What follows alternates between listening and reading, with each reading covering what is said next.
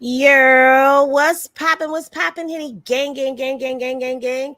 If you are new to the channel, please be sure to like, comment, and subscribe. Click that notification bell and select all. Then go to your profile page, select your settings, and click your notifications so that you get notified whenever I do a video.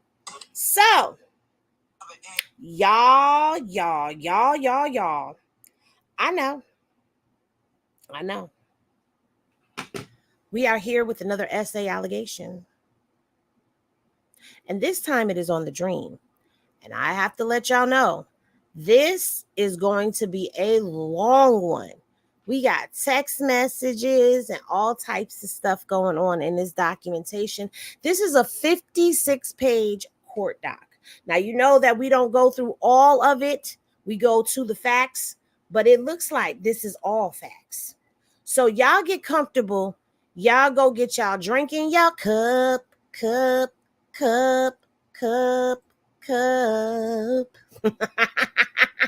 Don't forget to tip the bartender, and we will get right into this after this. And I'd be like, why are you so obsessed with me? Did you hear what they just said? Child, a whole mess. Oh, I'm about to spill this Hennessy, and y'all about to sit.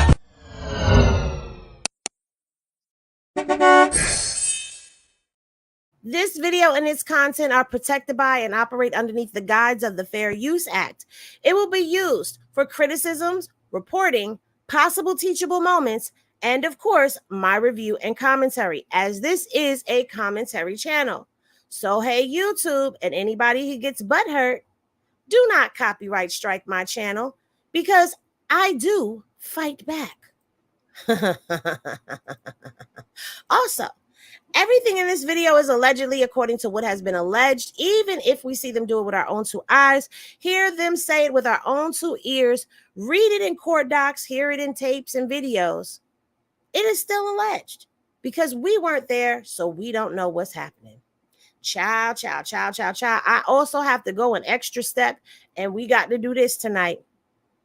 This video contains content that some may find disturbing. Viewer discretion is advised. Also, this is a trigger warning.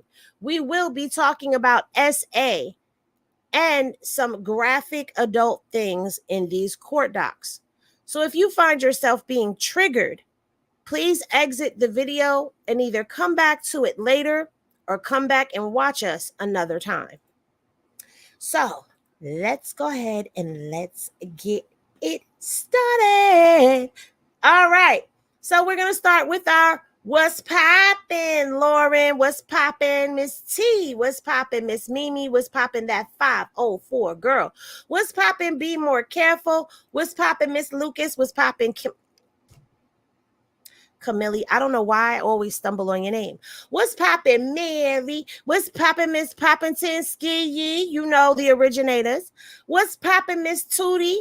What's poppin', Wilson? What's poppin', Rakitha? What's poppin', Michelle? What's poppin', M2A Journaling? Welcome. I've never seen you here. Welcome to the bar. Welcome to the Any Game. What's poppin', Miss Teddy B? What's poppin', Latrina? What's poppin', Miss VP? What's poppin', Coley?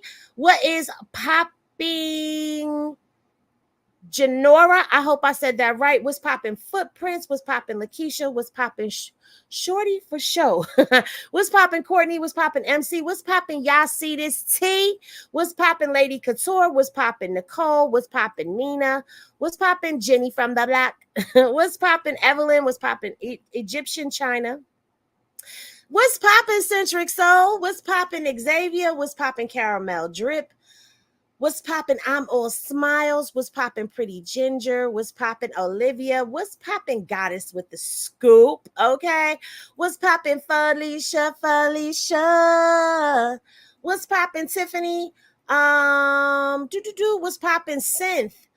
And what's poppin'? I said what's poppin', Latrina? Happy birthday. Whose birthday? Miss Mimi, it's your birthday. It's your birthday. It's your birthday. Go, Miss Mimi. It's your birthday. Happy birthday. It's your birthday. Ow! Happy birthday. Okay, I didn't even see Miss Mimi's comment that said that it was her birthday. Let me turn that off for y'all real quick. Let me turn that off. Yes, happy birthday. What's popping? Jocelyn, what's popping? Kayla, what's popping? Uniquely yours, what's popping? Bree, what's popping? Low Rider, what's popping? Debbie Lee, what's popping? Lovin', La Vida. Okay, what's popping? Carletta, what's popping? Buttercup. My grand entrance. Yes, you have made a grand entrance. Sharonda, where you been, Sharonda? We've been missing you. I haven't been able to say that in such a long time. What's popping to everybody in the chat? Those who will come in later, those who will be on the replay. What's popping, everybody? We still ain't make it to 10 minutes. It's okay. So I was scrolling through this doc. Okay. Can y'all hear me okay? Because I got my air on. Because it's a little hot in here. Okay. For me. It's a little hot for me. In a minute, this hair about to go up. Okay. I was scrolling through the documents and it's very disturbing, but it also looks like this is a federal case, not a state case. Don't quote me, but we're going to figure it out. But it looks like it went from state to federal, baby. Oh, man. How did we miss this at the state level? I'm finna show y'all better than I could tell y'all because I'm not going to hold y'all. This is going to be a long one. I got to see what we're going to get into and what we, just going to have to upload onto the Patreon. Which I thank you to all of the Patreon gang as well, because I have been slacking in my pimping. I've been so off my game lately, guys. And I do apologize for that. I've been very much off my game.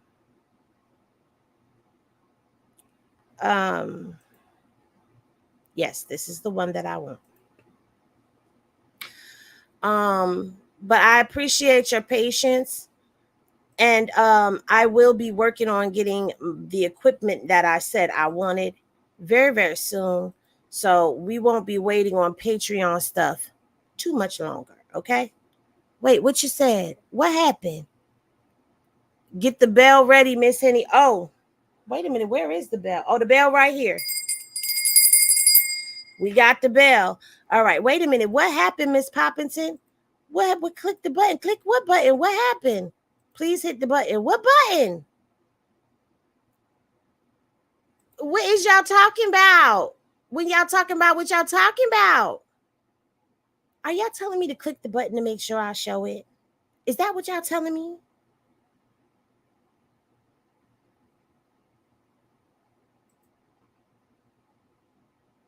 Oh, the like button. Oh, okay. Yes, click the like button, y'all. All right, so as y'all can see, I was looking over this. All right, so this was filed on 6/4 of 2024, which is today. This was filed today. And it says United States District Court, Central District of California civil cover sheet. So it says it's a civil cover sheet. Okay, so I may have been jumping to conclusions thinking that it was a federal case, but it kind of felt like.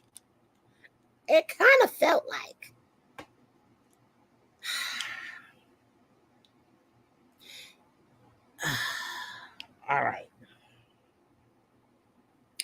So this young lady is requesting this. It is. See right here? Federal questions. Okay, let me scroll up so y'all can see it right here. Federal questions, U.S. government, not a party. So I don't know what that means, but okay, original proceeding. Okay. And this case is a case of you're filing, write a brief statement. Eggs trafficking. So I need to change that around. It's for eggs trafficking, y'all.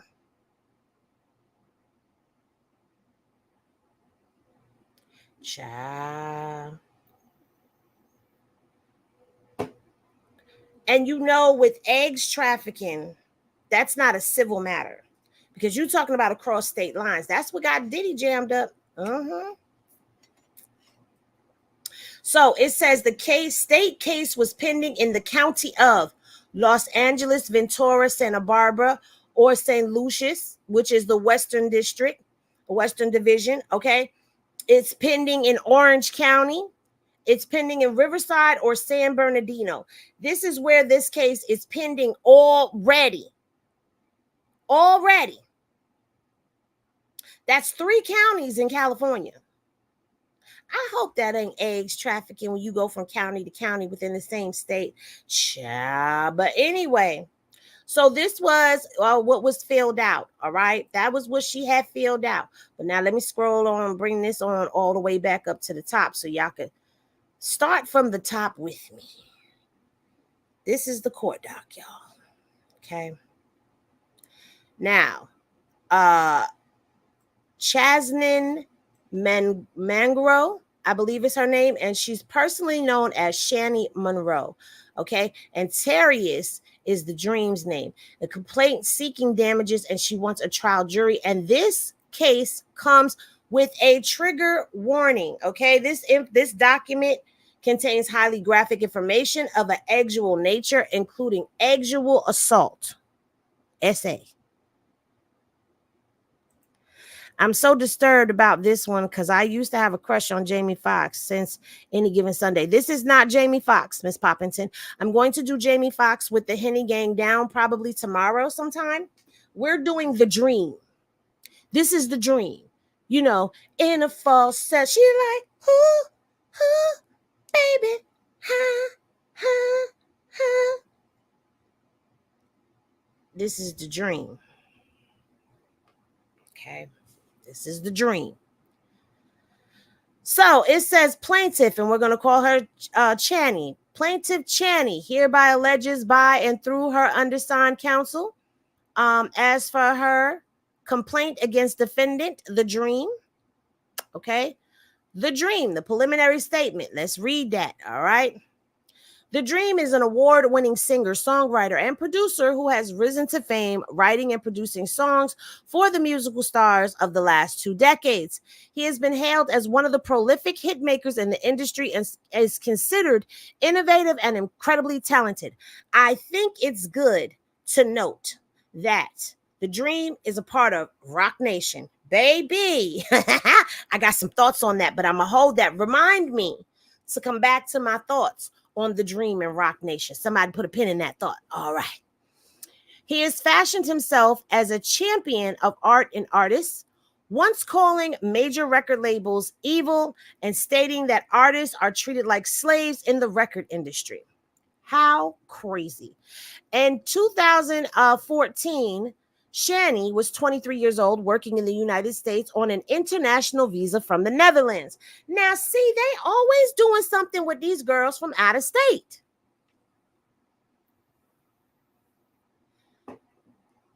Yeah, Shorty is a 10 was another one. It's something about going to these women, because remember, DJ Academics, that girl, the last one, she wasn't from here neither.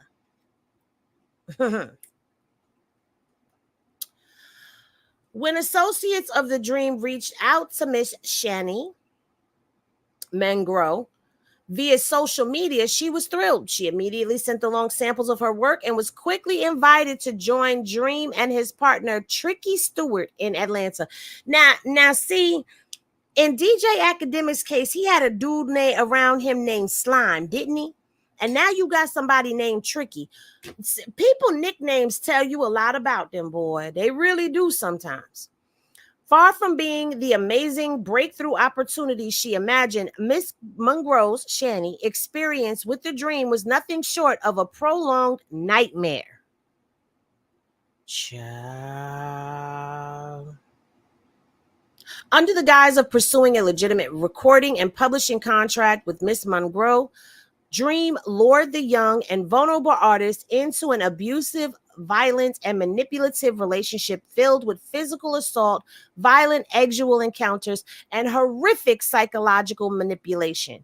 In both Atlanta and Los Angeles, Dream used his age and influence in the industry to manipulate the young artist into believing that she needed him to be successful, and roped her into a world through false promises to gain Miss Monroe's complete trust, including assuring her that he would sponsor her extension of her international visa, telling her that he would write blockbuster songs for her if she became part of his so-called sanctuary, like he did for Beyonce and Rihanna.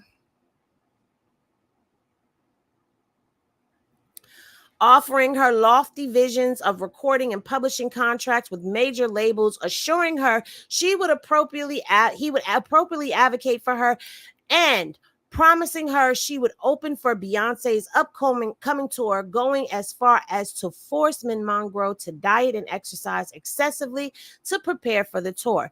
In reality, Dream used Miss Monroe for his base desire, which manifested in violent sexual acts and vicious psychological torture. For example, Dream locked Miss Monroe in a dark room adjacent to a recording studio, violently having eggs with her, and then leaving her alone naked in the dark for hours on end, returning to again have eggs with her and demand that she tell him she loved him.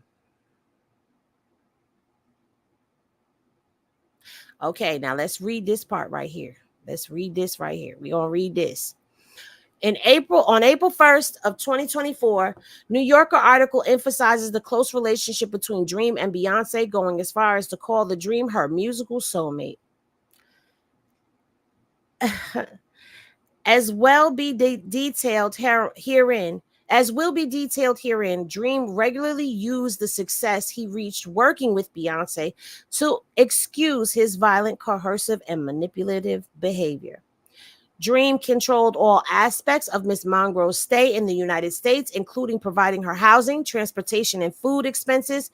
He kept a close track of her location at all times, calling and texting her at all hours to demand updates on her location, or even working his own key to Miss Monroe's hotel room so that he could enter whenever he pleased. Don't this sound familiar? Y'all say it down in the comments whose behavior this sounds like. Dream forced Miss Monroe to drink excessive amounts of alcohol by roughly pulling her head back by her hair and pouring alcohol down her throat. Dream frequently strangled Miss Monroe during violent acts, sometimes with his hands and once using the collar of her dress. On multiple occasions, Dream choked Miss Monroe so intensely that she almost lost consciousness. Dream refused to wear a condom and regularly skied inside of Miss Monroe's against her protest. When he discovered she was taking birth control, he became enraged because he believed it would be a sign of disrespect. She was forced to hide her birth control pills under her mattress. Dream berated Miss Monroe while having eggs with her, calling her ungrateful and insisting that she praise him and declare her loyalty to him. Dream once graped Miss Monroe in the back of a renovated Sprinter van the same evening that he forced her to engage in eggs acts in a public movie theater. Dream recorded Miss Monroe during sexual acts and used the existence of the recording to threaten Miss Monroe into silence. He depraved his behavior. His depraved behavior was facilitated by his record label. I don't know what that is. As well as by Epic. The label Dream convinced to invest in Miss Monroe despite the fact that he never intended to truly support her career trajectory, but instead wanted corporate funding to assist in his trafficking venture. The result of Dream's heinous acts was that Miss Monroe's career was upended. Her music was taken from her without any explanation. Contra Paris never provided any compensation, and every attempt to retrieve her career has been hijacked by Dream and those who support him. Over more than a year, Miss Monroe experienced trauma that she has still not recovered from.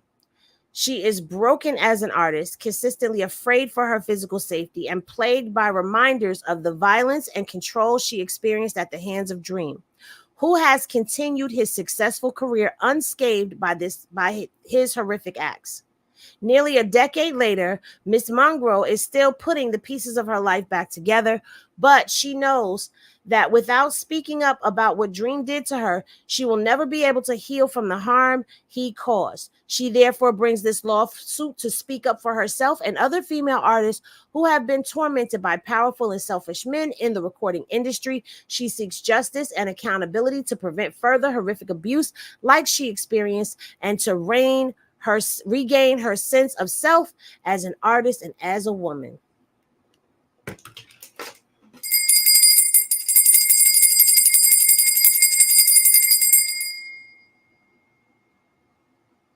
Who else needed the bell after that long read? This is only page 4, guys. We are only on page 4. Let me come on over here and see what y'all talking about when y'all talking about what y'all talking about. Illuminati. Oh, wow. Yes, in the picture that is on the thumbnail, he has a Rock Nation chain on. So even though they're saying that he is a part of Arista and this other place, other record label or whatever, he has some affiliation with Rock Nation, if not through nothing else, through his working with Beyonce. Okay. Is she from the Netherlands? Yes. Yes, she is. He's Beyonce's favorite producer. Absolutely. He produced all of Renaissance. Wow. Go figure. Diddy number 3. All these Diddy diddlers. Nah, he on an R. Kelly. He sounds like R. Kelly. Dream and R. Kelly were close to. R. Kelly for sure. Blueface. DJ Act. Daddy Diddler. Blueface behavior too. Blueface. Diddy. R. Kelly. Rock just got those hands. Diddy man. Shaking my head. Ain't he short? I don't know. I don't know how tall he is. These are some sick individuals. All I can hear in my head is Cat Williams saying that it is up for all of the big D deviants this year. All would be exposed. Well, now guess what, Sharonda? From what we've been reading in the Diddy docs, Diddy is not a big D deviant. He's prepubescent, is what it be saying in them court documents. I'm sorry. Actually, all the people that have lawsuits right now must have a sick how-to handbook. Justice for all victims. I'm trying to tell you. Thank you for the super chat, Michelle. Henny, thank you for the shot. You're welcome. The small fries are going to go down to avoid them getting to the top of the chain of all of this. That part. I never really liked his music anyway, unlike some of my friends and co-workers did. Beyonce about that life. Now you see, I should say it here. I'm going to say it here. I'm going to say it now.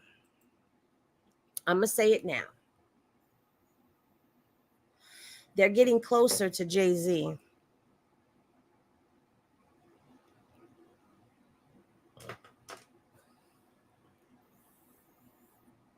They're getting closer to Jay-Z. Okay. Now, y'all saw Tokyo Tony was going off on Beyonce for being over there on Epstein Island. I'm sorry to the Beehive. I'm just repeating what they said. Okay. They was over there on that Epstein Island. So it's like they say the bigger you are in the music industry, the more corrupt you become. I'm not saying she corrupt. I'm just saying she's surrounded by a lot of people. Beyonce and Jay-Z is next. What I tell you, watch what I tell you. There's been people trying to find a way to get these deviants for years, and they finally getting to expose them.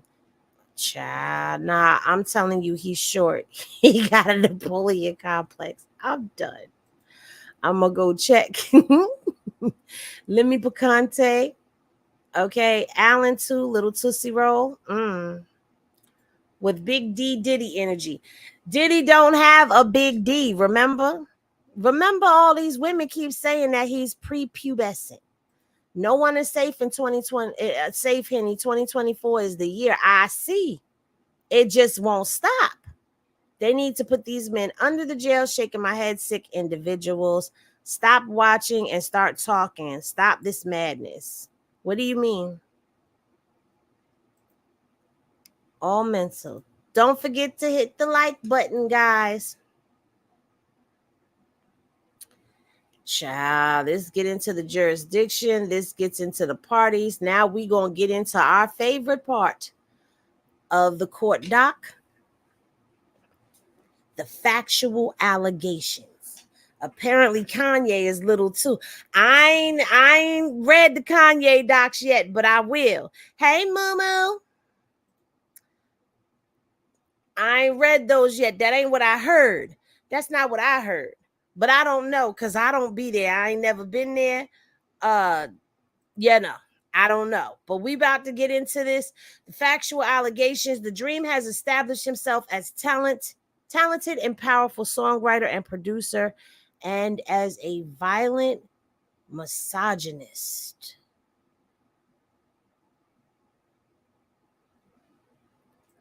No, got the good. I don't know. I've never had any of these men, so I don't know. I just know what I got at home, and I know I'm happy with what I got. Anyway, Dream is a Grammy Award-winning singer, songwriter, and producer known for authoring some of the most famous modern songs, including Rihanna's Umbrella, Justin Bieber's Baby, Mariah Carey's Touch My Body, Kanye's West, All of the Lights. Damn. He is also known to go as a go-to producer and songwriter for Beyonce, penning her hit songs Single Ladies, Put a Ring on It, Run the World, Girls, Partition. Oh, wow. Drive around with the partition, please. He wrote that? Damn. And the list in the credits of every album, and is listed in the credits on every album of Beyonce since 2008, including Beyonce's most recent Cowboy Carter.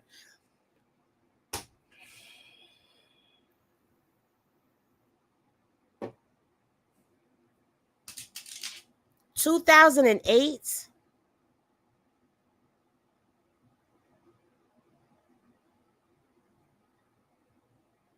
That's 16 years, right? 15, 16 years.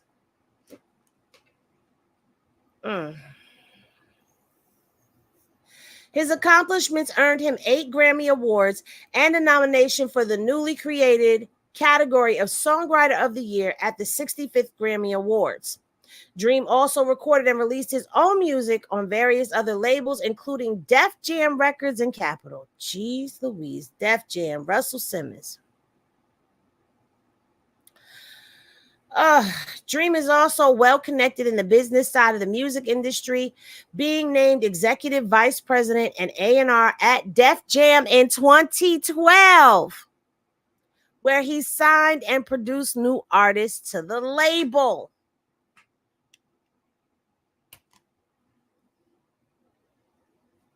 Oh, I forgot I had eyeliner on. My bad.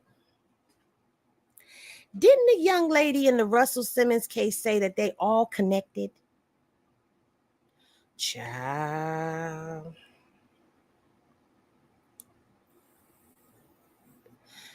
Dream is also well connected in the business side of the music industry. We already read that part. In 2014, Dream launched his own record label called Contra Paris.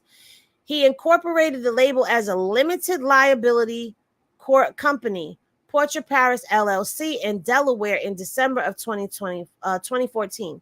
According to Dream, Contra Paris was a designer and culture label, or an art label, founded along with Jay-Z.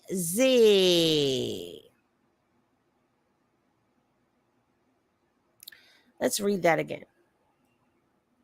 According to Dream, Contra Paris was a designer and culture label, or an art label, founded along with Jay-Z.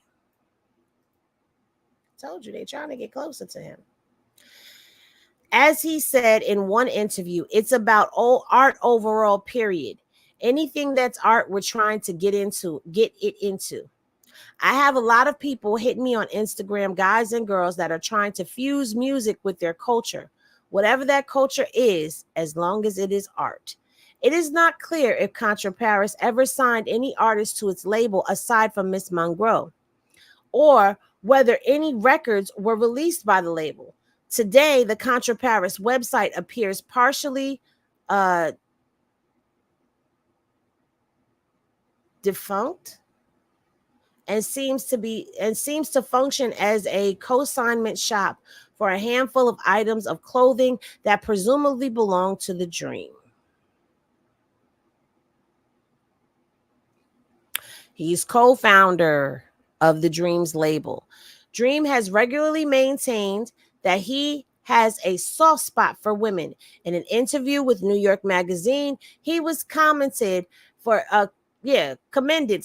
his song celebrating tough cookie feminism. And he was quoted as saying, "I've always had a soft spot for women because of my mom, just their power. Man's biggest enemy is a woman who has it in for them. I just like being around them, watching them, soaking up the information, being cursed out, being put out." Another publication noted the Dream has mostly cast himself as a worshiper of women and put them on a pedestal type. Not usually a healthy attitude, but in R&B landscape, he has stood out as a romantic. Oh, eh? Child. A romantic, huh? Mm-mm-mm. Yet the feminist persona is plainly contradicted by the reality of Dream's relationship with women and his highly publicized arrest for domestic violence. Dream has been married multiple times and has fathered 9 children with 4 women. In 2010, while married to singer Christina Milian, I forgot he was married to Christina Milian. Pictures of Dream and his assistant having an affair in the Caribbean leaked online. Dream then filed for divorce from his then wife, all of 9 days before Milian gave birth to the couple's daughter. Later, news stories reported that Milian's divorce settlement was contingent on Milian's agreement to never speak about their marriage. But I heard about that. His chauvinism was further on display when asked about his role as a parent to his daughter. In an interview with Escalating magazine, when asked if he helped Milian with the baby, he said the following: "I don't help Milian out because my helping out turns into expectations. I'll get violent on a late night. I'll get violent on a late night, maybe 1 or 2 times. But after that, no. If Christina's tried, call the nanny, call Violet's granny. We got people. But you're a romantic and you worship women." I want to know what his relationship is like with his mama. What was his relationship like with his mama? Did he have a Carzilla for a mama? I'm just curious. In 2013, he shared that he was writing a book about relationships despite his multiple divorces and was quoted saying, "But why get married? What do they say? Get the milk without the cow."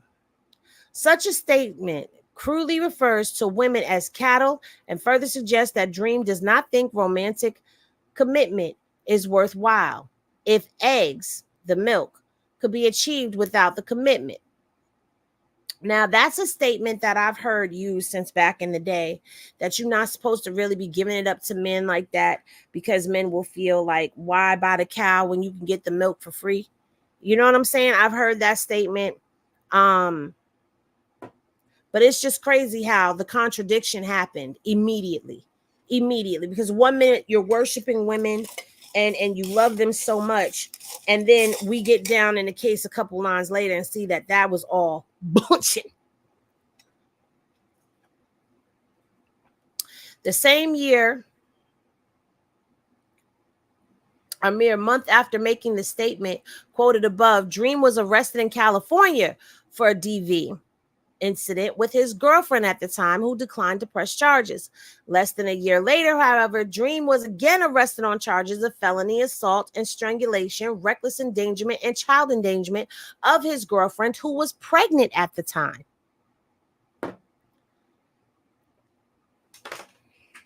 This man been a deviant for a long time.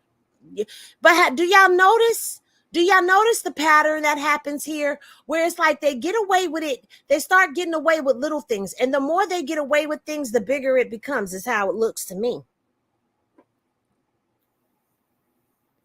The criminal complaint alleged that Dream pulled and dragged his ex-girlfriend by her hair, choked her with a necklace she was wearing, kicked her, punched her in the head, and grabbed her by the neck, choking her again.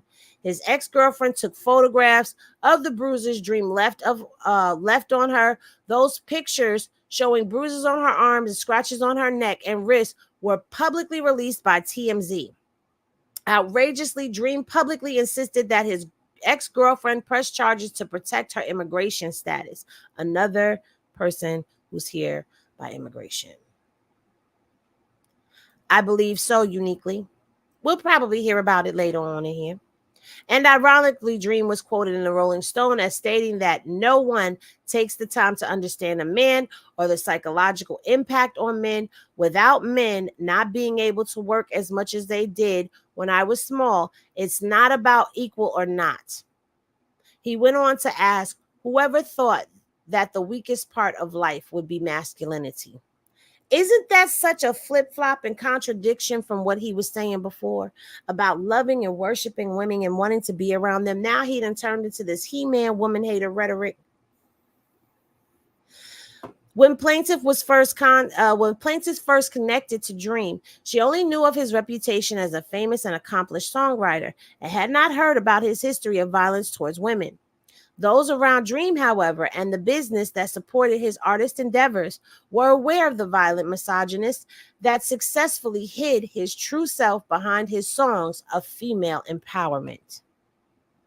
Let's ring again.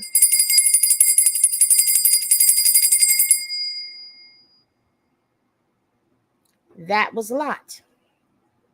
But that is the history of the Dream.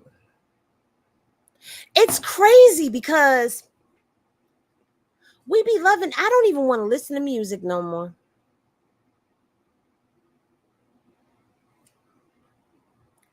I don't even want to listen to music no more. Because now I'm going to be wondering when I'm listening to this music, what's going on behind this music? If I give this video a view, if I purchase this on Apple Music, am I supporting and empowering someone who's doing all of this behind the scenes?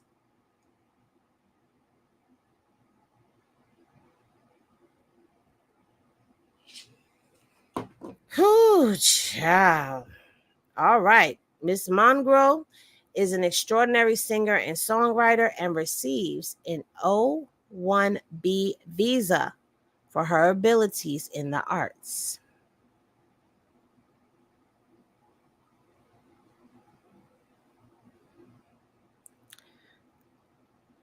I believe so.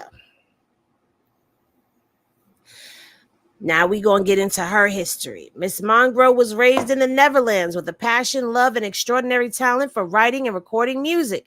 As a teenager, she began posting her songs on social media, developing a devoted following, and catching the attention of several well-known producers around the world. In 2012, Miss Monroe was just 21 years old. She signed a production deal with U.S.-based production company Shapiro, Bernstein and Company, Inc. as a songwriter.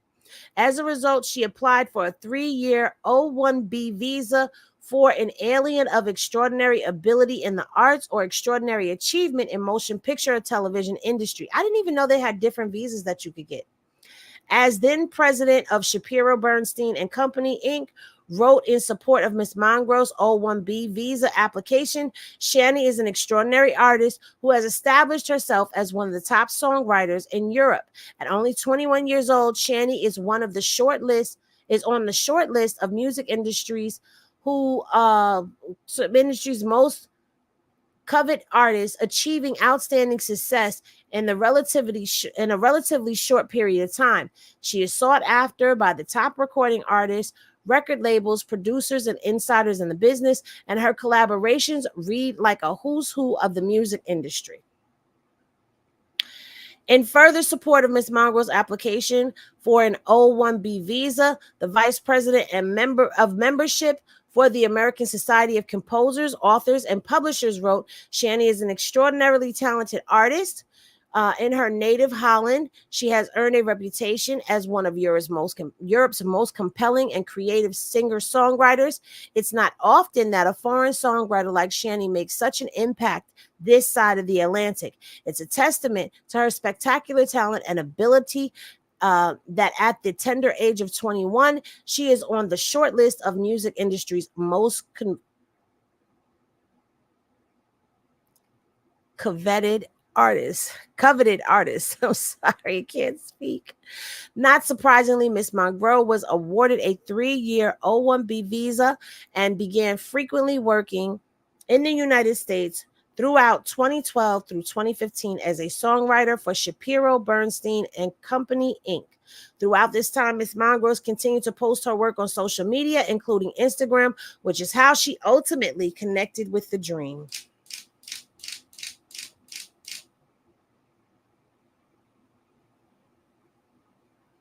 Child, you knew that was coming. Just crazy how long this has been happening since beginning. Remember the director's couch? Exactly. Director's couch still exists as far as I know. Dream and his team make false promises to lure Miss Mongrow to Atlanta.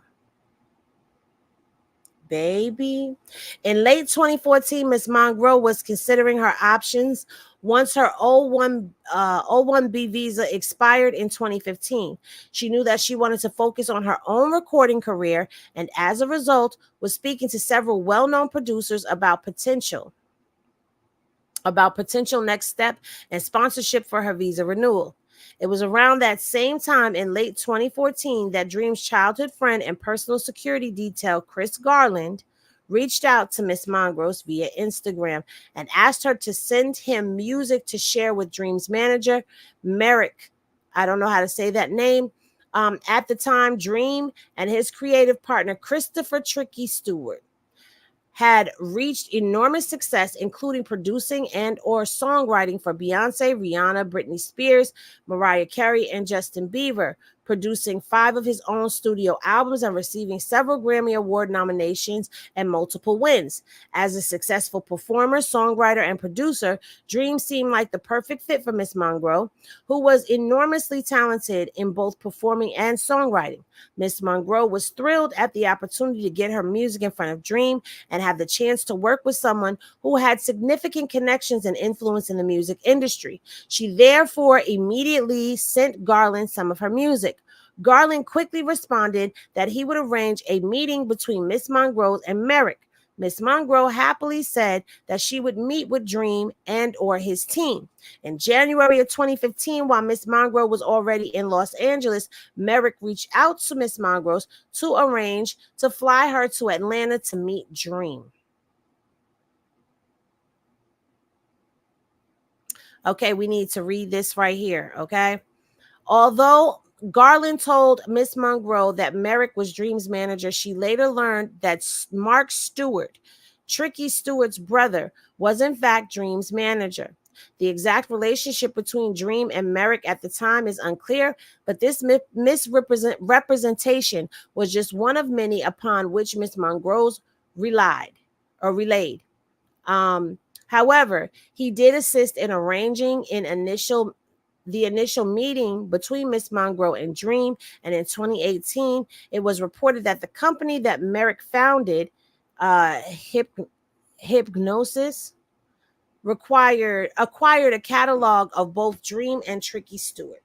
Okay, so he deception already.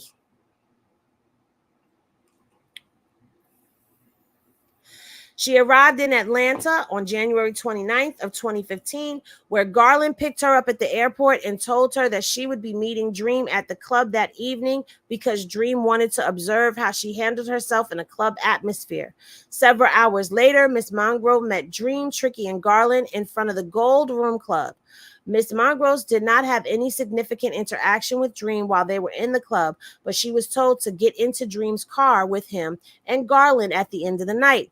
While they drove Miss Mongrose back to her hotel, Dream discussed taking her to a basketball game the following day. When Mongrose attempted to turn the conversation to getting into the studio to record, Dream confirmed she would have the chance to record during the trip. This is sounding like he's dating or something. I don't know. The next day, on January 30th, 2015, Miss Mongrose went into the studio to record with Dream's sound engineer, Bart Schold. During the recording session, Miss Mongrose recorded a verse for the song Transparent, which was supposed to be part of Dream's forthcoming two-part EP, Crown Jewel. While the official release of Crown Jewel was delayed, the song eventually leaked online. Dream failed to give any credit or compensation to Miss Mongrose for her vocals. On the following day, January 31st, Miss Mongrose went back to the studio and recorded the song 187, with which Dream had written.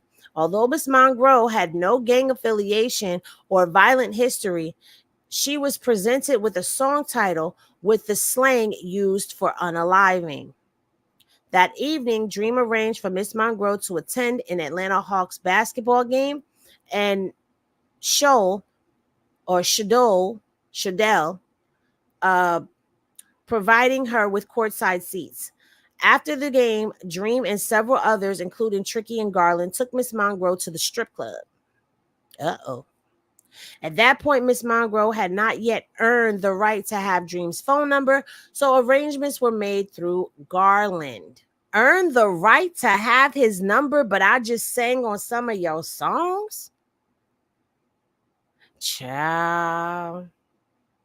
Miss Mongrose had never been to a strip club before. While there, Dream repeatedly handed Miss Mongrose large stacks of cash and demanded that she throw the money at the strippers. At one point, one of the strippers came to their table completely naked, and Dream instructed the stripper to get on top of Miss Mongrose. Miss Mongrose was visibly uncomfortable with the situation.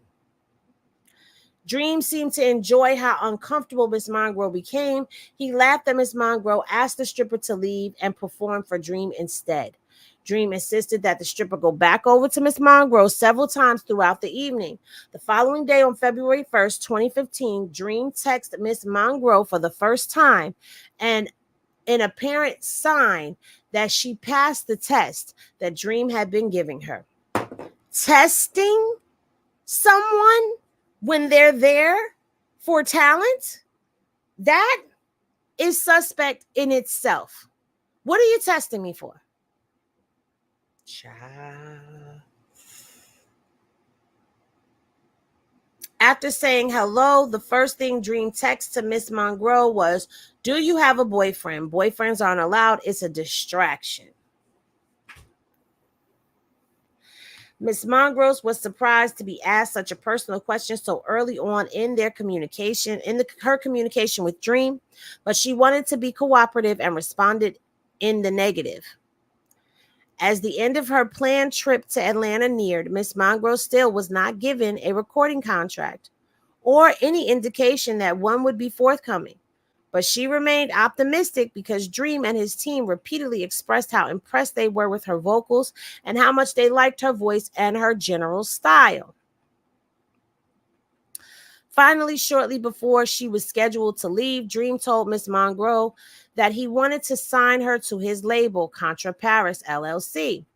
Miss Mongrose was so happy and overwhelmed with gratitude, it truly felt like everything she had been working for was about to come to fruition. Dream told her that he would make her the next Beyonce and Rihanna. Let me sip some water.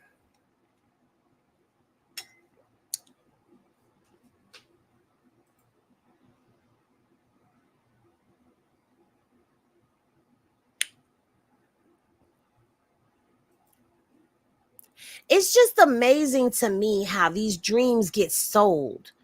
You know what I'm saying? And it's like I told y'all this before. I believe that the selling of one's soul is to see how much they can compromise you.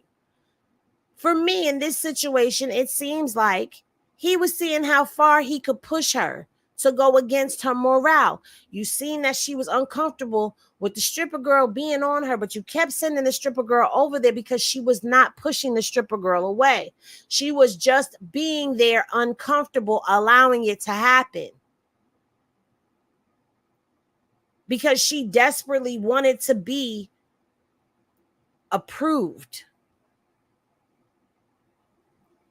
In this case, her desperation was she needed her visa. And in other cases, it's people need that money, that fame, and that stardom. And they feed off of that. We talked about this before. This is why they go to the hoods and find people from the hood, because they know they're starving and will do just about anything to become famous. Okay? Yes, she was. I needed me some ice. I'm sorry.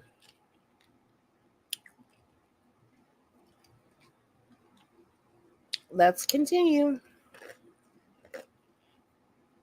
Miss Monroe explained the details to the Dream of her O1 visa, that her O1 visa was set to expire in November of that year, and that she needed a new petitioner to continue her visa for the following 3 years.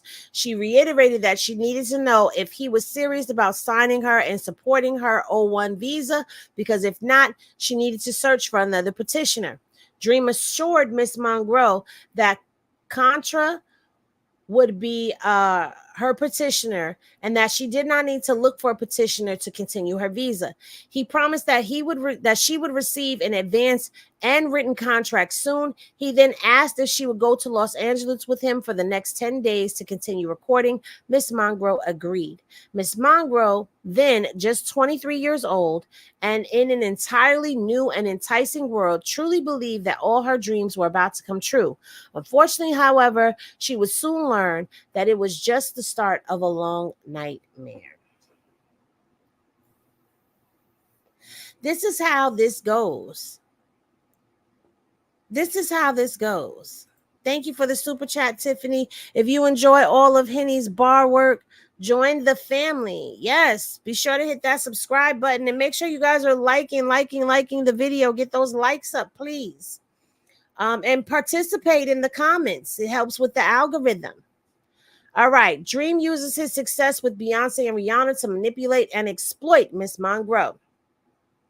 From the moment Dream began texting Miss Monroe, he began regaling her with stories about how he helped create Beyonce and Rihanna, and would do the same. No, baby, I'm talking about the Dream. We're going to talk about Jamie Foxx in a Henny Gang Down Members Only Live tomorrow. We're going to talk about Jamie Foxx because we have this and we've got Kanye that we've got to do. So we're doing the Dream tonight and we're doing Kanye on Thursday, provided that nothing else comes out between now and then, because Lord. All right. Dream told Miss Monroe that in order to write a song for her, he needed to know everything about her, including everything that embarrassed her, upset her, angered her, and excited her. Every single thought she had. Perhaps sensing Miss Monroe's hesitation and confusion, Dream said that is how true songwriters and producers needed to operate in order to write the right song for each artist. He said Miss Monroe needed to belong to him so that they could become the next Bey and Jay, in reference to Beyonce and Jay-Z. Why are they in here again?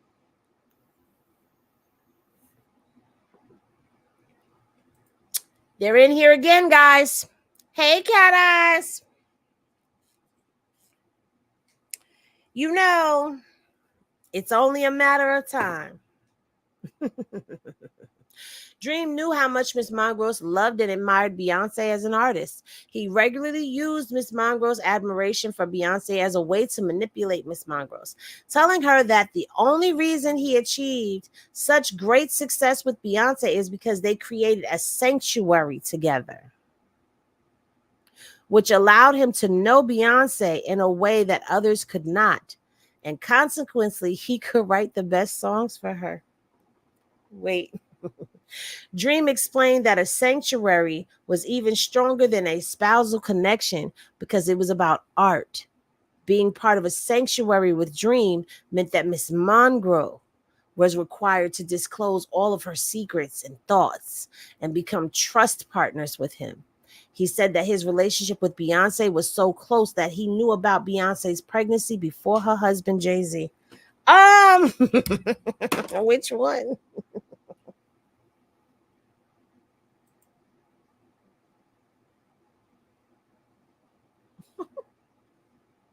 Y'all know I laugh when things are inappropriate.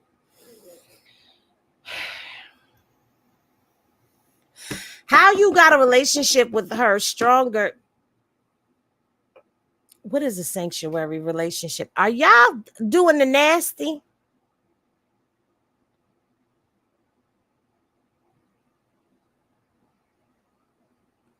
Is that what's happening? Y'all doing a bam chicka wow wow?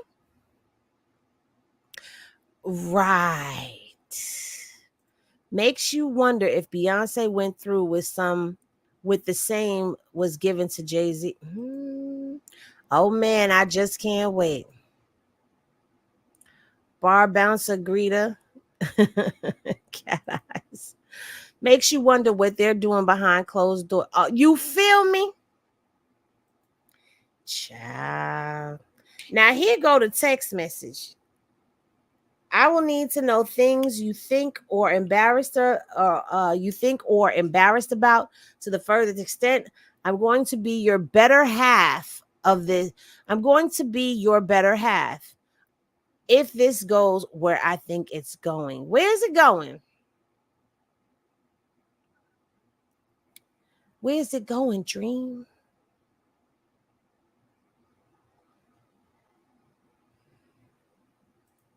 Mm. Say that and clock it. Dream reminded Miss Mongrose that she better be grateful that he was working with her because he was putting work on Beyonce's album on hold.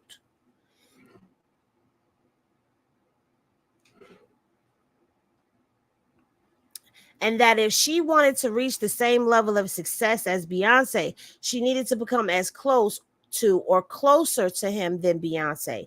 He said that meant that Miss Monroe should ask and follow his advice on everything, rely on him to be her main confidant, and limit her inner circle to only those people he approved of and trusted.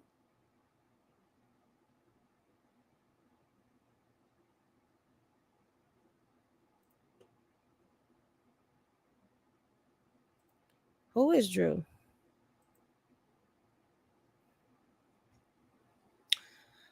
Child. Dream also told Miss Mongrose that if she acted right, he would share the specific formula he used with Beyonce, and that Miss Mongrose and Beyonce would be the only two artists with those industry secrets. Okay. Dream routinely pointed out that he could make any new artist successful, but he was choosing Miss Mongrose. So he expected her to respect him correctly.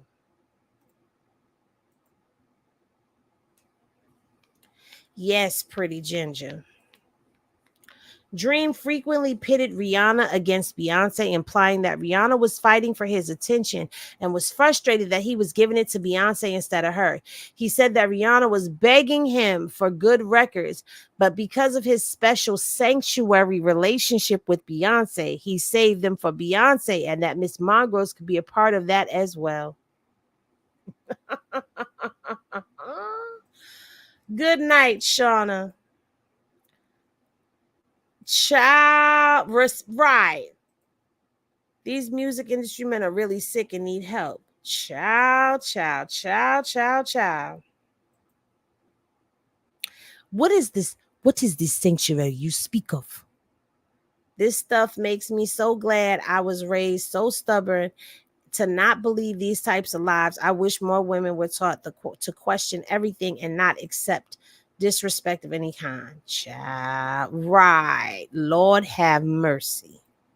Sounds like he asked her to be his slave. Exactly. You can't write this. You can't, but they did. Okay, you can't. You child. The dream. Okay, I. Because of his special sanctuary relationship with Beyonce, he saved them for Beyonce, and that Miss Monroe could be a part of that as well. Oh, Lord. According to Dream, Rihanna was possessive over him and got angry when he worked with Beyonce. In an apparent effort to reiterate how grateful Miss Monroe should be for the opportunity to work with him, Dream told her that Rihanna would frequently send him flowers and other gifts. He reiterated that Rihanna had to work to make him give her hit records, and he was choosing to work with Miss Monroe instead. In one of their earliest text exchange, Dream asked Miss Monroe when she lost her virginity, explaining that Rihanna had told him this information about herself. Insinuating that the artist he worked with that he worked closely with shared such intimate information with him. Dream led Miss Monroe to believe through manipulation and coercion that if she allowed him to completely control every aspect of her life, they could create an ultimate sanctuary that would surpass anything he accomplished with Beyonce and Rihanna. Girl, this why he going to the girls. No offense to anybody that's outside the country, because you know we are international, but this why he going to them young girls from out the country, because they don't know about these penny slick manipulators over here, because they don't deal with that over there, to my understanding. I ain't never heard of that.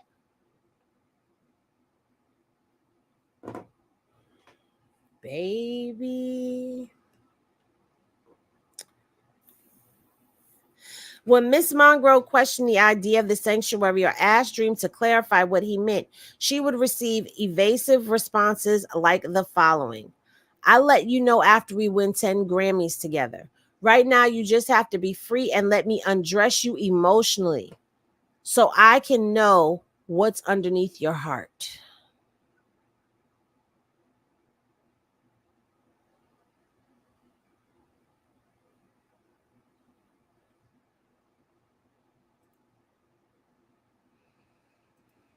Mm.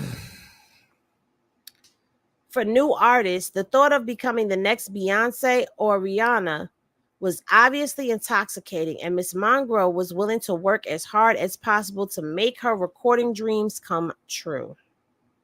Dream told Miss Monroe that he was working on Beyonce's next tour and that if everything went well, Miss Monroe could open up for her, but shared this promise only in the context of his emotional manipulation for her.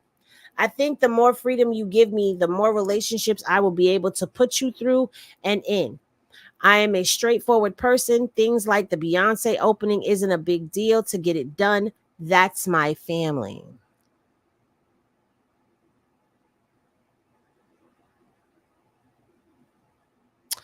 Oh, we ain't got no commercials. Nobody got no commercials yet. That's crazy. I guess they don't like this type of content. I don't know. But this to me is just, it just confirms what I've already felt, what I've already thought, what I've already known about the music industry. And I just have to say, like, it's very scary, especially when you have children that want to enter into the music industry. It's very scary because you have to be worried about things like this. Dang, nobody got no commercials.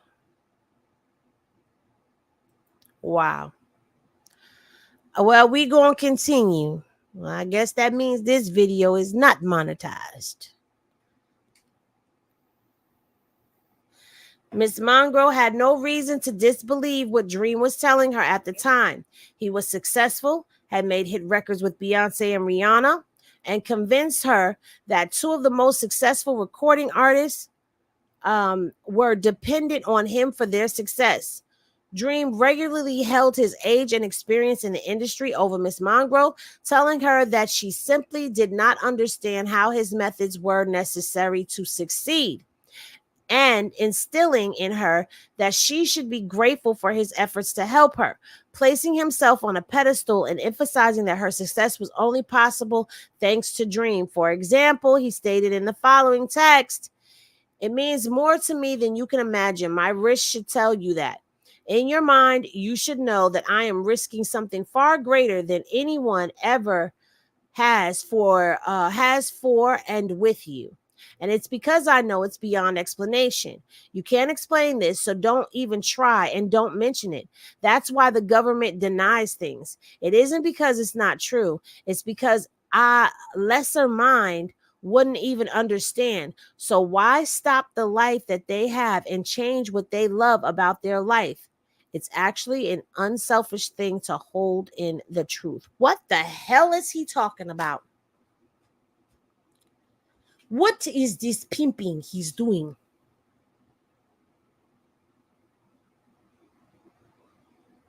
Oh, you got an ad? Lauren got an ad. Okay, so there might be some monetization in there. It may not be a lot, but it's monetization in there. I don't understand. These women are really being manipulated on such a great level where their dreams, their hopes, their aspirations are basically being dangled in front of them like carrots. It's so disturbing to be reading these things. Miss Mongrose was drawn into a whirlwind of lofty messages like this and was quickly convinced that she needed Dream to make it in the music industry, and therefore was willing to take any and all direction from him. Only now does she see that Dream was using fraud and coercion to manipulate her into believing that she was being brought into a legitimate business arrangement, not a venture to use her for Dream's violent, sexual desires. Here we go. This is where it started. Exactly, Miranda. Exactly. This was her grooming stage that she went through with all of the, text messages and the mental manipulation of it all. She was being groomed into trusting him, being groomed into believing that he was her great hope, groomed into believing that he was the greatest thing since sliced bread. Thank you for the super sticker, Wilson. I would have packed up and left. You play in my face over time. I'm out. Okay. On February 4th, hey, Doretha, 2015, Miss Mongrose arrived in Los Angeles directly from Atlanta. Soon after she arrived, she began receiving messages from Dream that were extremely flirtatious, including asking her if she wanted to lose her virginity again, implying that he wanted to have eggs with her.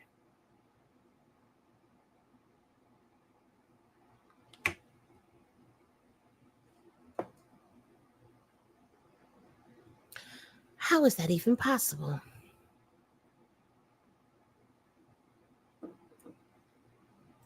Exactly, Sharonda. That evening, Miss Mongrove was in the studio, which was in Tricky Stewart's home, recording music. Dream complained that Miss Mongrose needed to loosen up for the sake of the music and pressured her to drink alcohol and smoke Mary Jane in excessive quantities. Dream told her that Ree smoked so much that while she's smoking one blunt, Jen and Melissa already rolling the next one.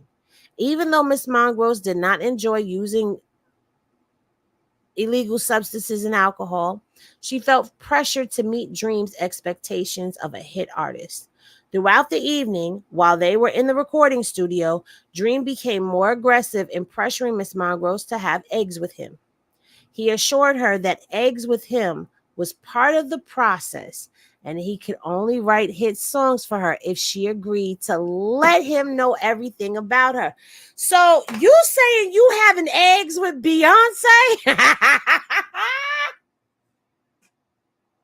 Can't make this up.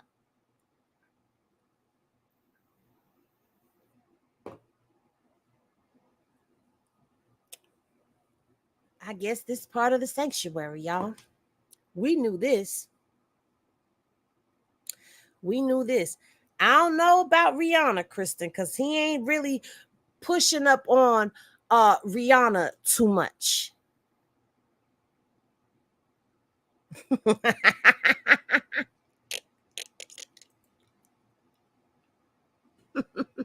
Guess he can't throw it in the bag. Okay, you took the thought right out my head, child. So you having eggs with Beyonce. Okay. All right. All right. In an effort to deter Dream, Miss Mongrose tried to argue that she did not want to do anything that could complicate making great music. In response, Dream told her that she agreed to be his trust partner. And not listening to him and doing what he wanted was a sign of disrespect. Miss Mongrose, who was alone in the United States and increasingly confused and frightened about the situation she was in, tried to protest again. Dream reiterated to Miss Mongrose that she was part of something special, that he let her into his sanctuary because she was so talented and that she was part of something bigger than anything she could understand. Okay, we got to understand something. We from here. We are from the United States. We can smell this.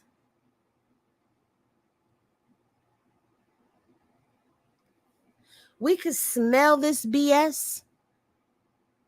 But somebody who's not from here can't smell it. So he running a real good one around her head right now. Muma said, Henny, remember they've been saying Dream and B was a thing, and all of a sudden she was on an island. I don't remember that. On top of that, he's patronizing her. Right. This ain't even top tier game he's running. This isn't even top tier game.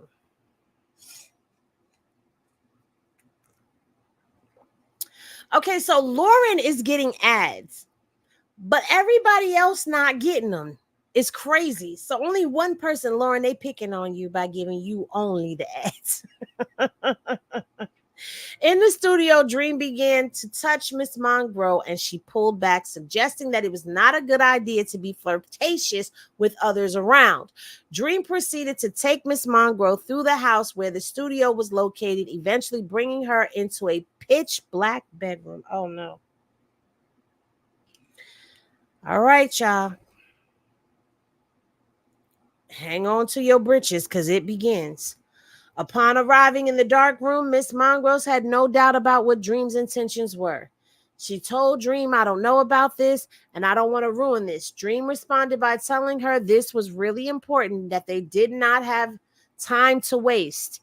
He insisted that this will only make the records that much better.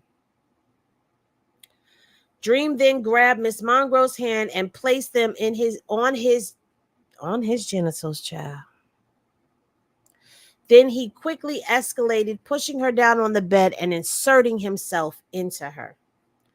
Others in the studio began to look for Dream and Miss Mongrose, causing Dream to leave the bedroom and go back to the recording studio. When he did so, he locked the bedroom door with Mongrose inside, naked in the dark. After some amount of time, Dream returned to the bedroom and again had eggs with Miss Mongrose. He did this repeatedly for several hours, leaving Miss Mongrose tired and confused. During this ordeal, Dream told her that this was going to be great for Miss Mongrose and also demanded that Miss Mongrose tell Dream that she loved him. In fact, he would only stop aggressively having eggs with her once she said she loved him. Yes, thank you. We gonna put that up there. We gonna leave that up there.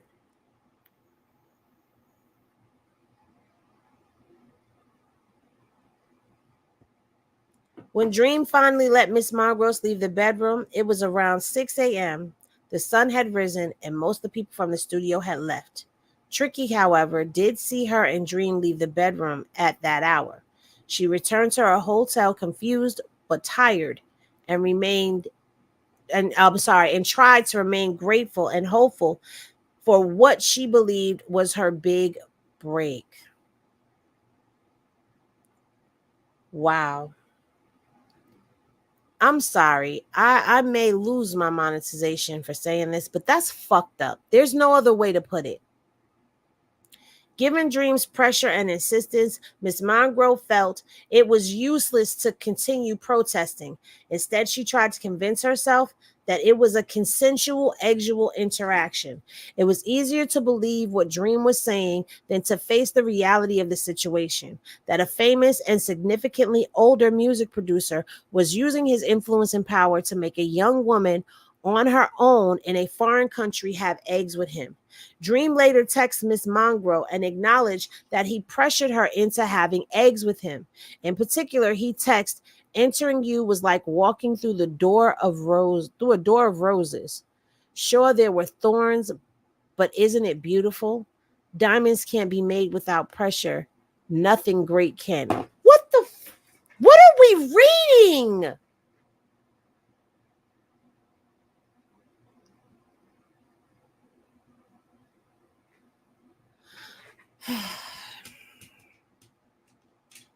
On February 7th, 2015, Dream texts Miss Mongrove, "We are married through art, and I won't ever let anyone take advantage of you and will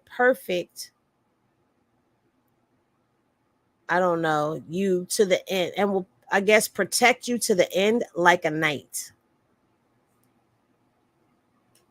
Sir, you ain't gonna let nobody hurt me, but you don't want hurt.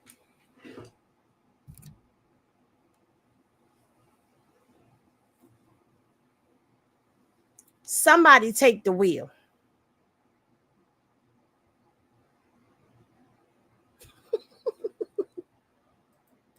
Henny, stop reading your book. What book? I'm not reading no book.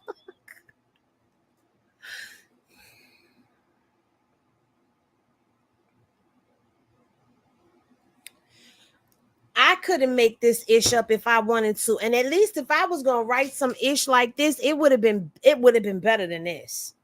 Okay, the game would have been a lot better than this. But how do you put her through an ordeal like that and say, "Entering you was like walking through a door of roses. Sure, there were thorns, but isn't it beautiful? Diamonds can't be made without pressure. Nothing great can." Okay, I'm with you. Cancel the damn music industry. On okay, and then he says we're married and I'm gonna protect you like a knight. Who? Unfortunately, it was Dream. It was Dream who Miss Mongrove needed protection from. And there was no knight willing to help her when she needed it most. Throughout her time in LA, if Miss Mongrove and Dream were in the studio at the same time, he expected her to be available to have eggs with him whenever he demanded. Dream refused to use protection. While she was in Los Angeles, Miss Mongrove became sick with strep throat and was given antibiotics to treat it. She knew the antibiotics could lessen the effects of her birth control and begged Dream not to fizzy pop inside of her. He refused. At one point while they were in Los Angeles, Miss Mongrove physically tried to get away from him to avoid him fizzy popping inside of her, and Dream held her arms down and fizzy popped inside her over her protest. This type of violent eggs, control, and manipulation became more and more common as the days passed. I told y'all, here we go, because y'all should know by now, it starts out with the little fluffaduff, and then the next thing you know, boom, we taking off and we skyrocketing and catapulting into this the oh child.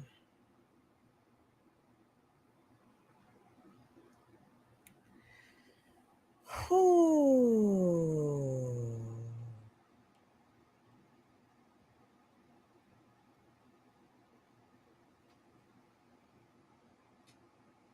So you purposefully are fizzy popping inside of this woman who doesn't want you to fizzy pop inside of her. And not only are you fizzy popping inside of her, you are trying to procreate and create life with somebody who does not want to procreate and have life, create life with you.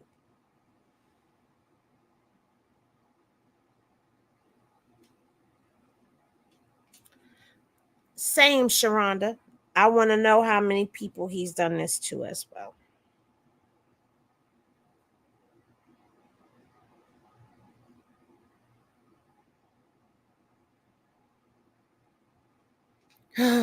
Okay, give me 1 second, guys. Let me just finish this. This is my last day, so you guys know this will be my last day of eating anything that is really unhealthy for me.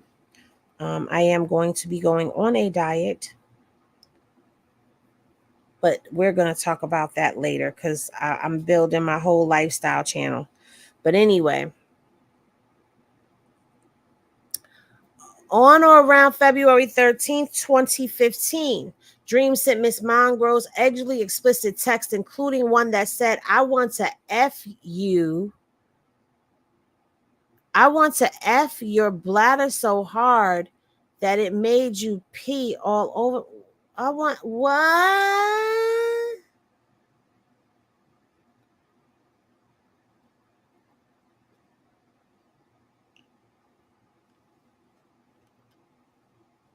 That ain't what it just said, right? That's not what it just said. That man ain't just say that, did he?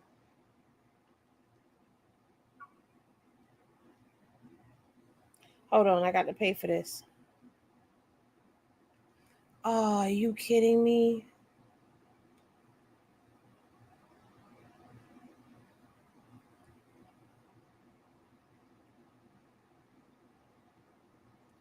Okay.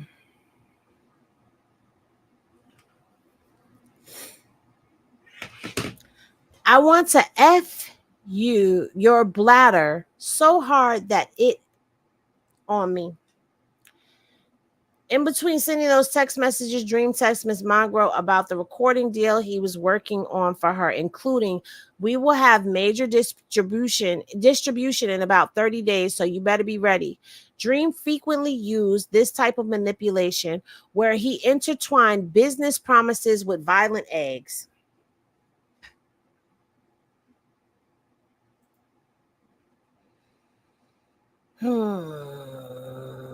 On February 14, 2015, Dream texts Miss Mongrose that she must care about what he cares about and said, Your life is now, you have you have way more room, but I will care about those things in your life like you're my own.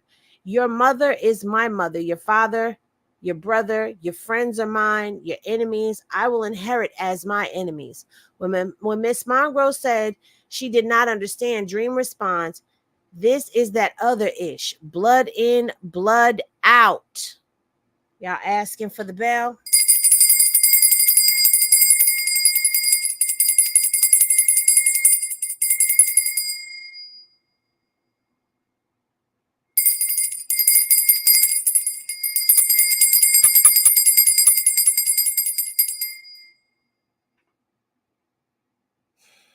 Did this fool just tell her blood in, blood out?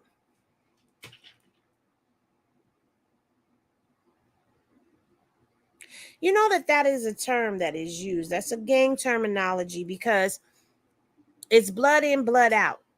You get jumped in, you spill blood, and in order for you to get out, the only way you can get out is if you are unalived.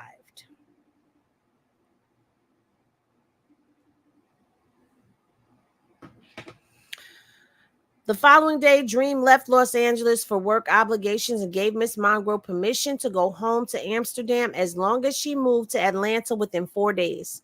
Miss Monroe, are you reading a novel? This is crazy. No, I'm reading a court doc. Miss Mongrose was in a precarious state. Hold on 1 second, y'all.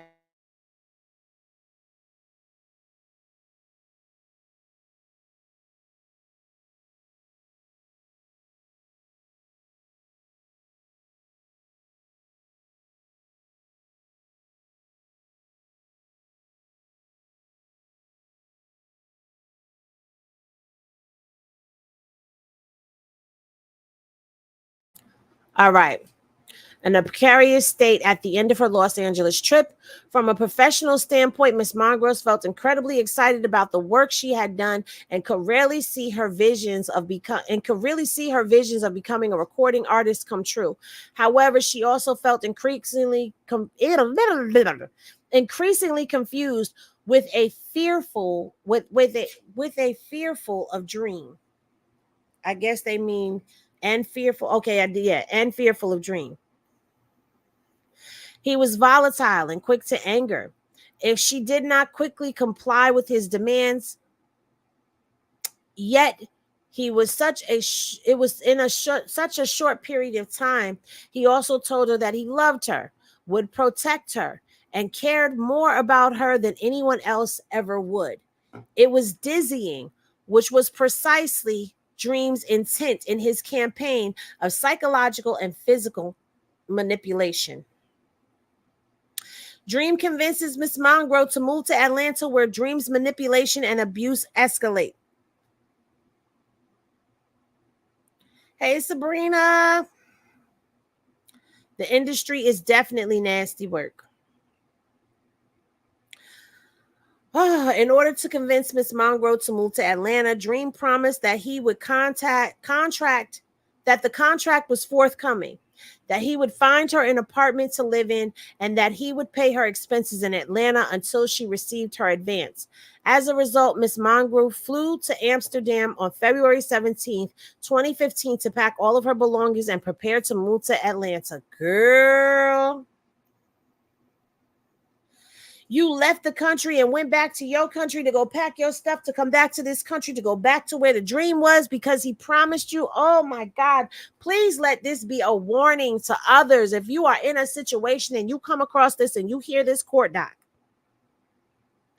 for the love of God, do not let nobody hold your dreams against you.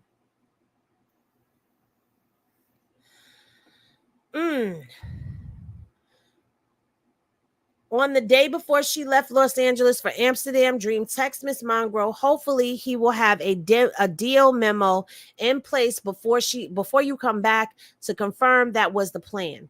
On the same day, during the text conversation, Miss Mongrove Dream text, "I will not let anyone disrespect you. This contract will be fair and respectful from my end, period. I'm going to pay your advance out of pocket, FYI. I also, other than Trick and Mark, would love to be involved in your management process." Oh, Lord, no. Before Miss Mongrove could even respond to Dream's promise that her contract deal would be fair and respectful, Dream said, "I need to see inside that." I need to see inside that punanter, though. As your man, now go in the restroom, pull your panties to the side, and take a pic.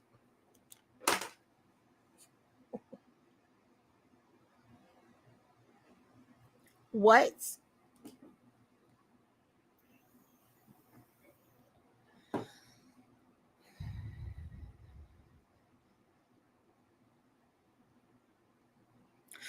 I know that men ask this, but I mean, after everything that you've been doing.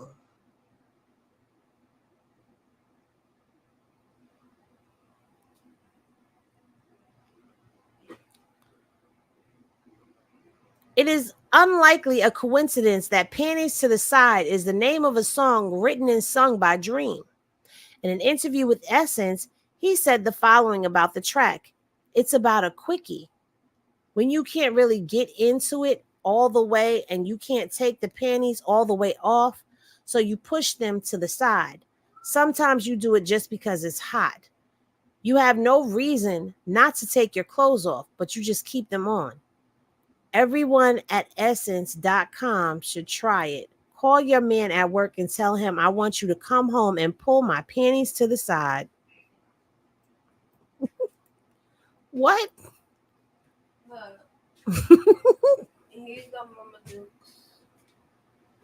Advertising my book.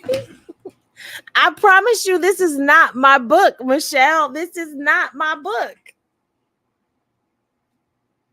I promise you, it's not my book. My book is nothing like this, ma'am. I mean, my book is, but it ain't this. It ain't this.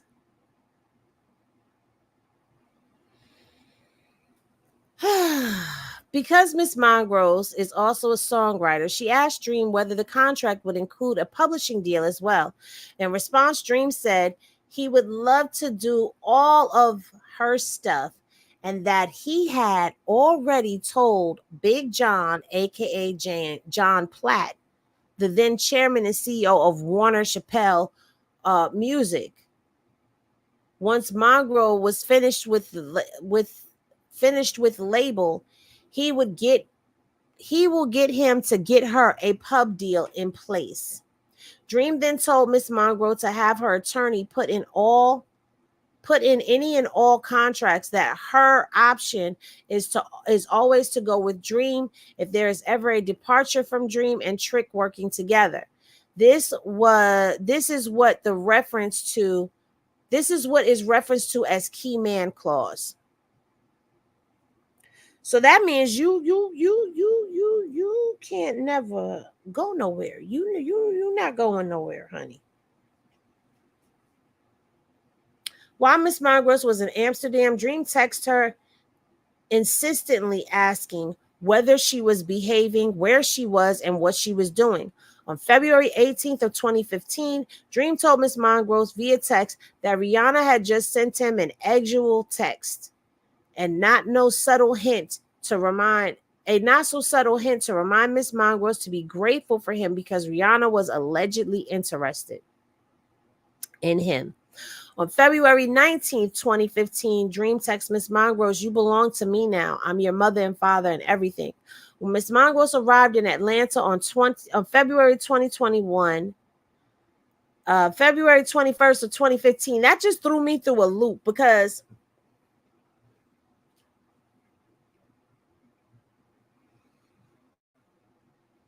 you're my everything. You're my mother. You're my father. You're my this. You're my that. But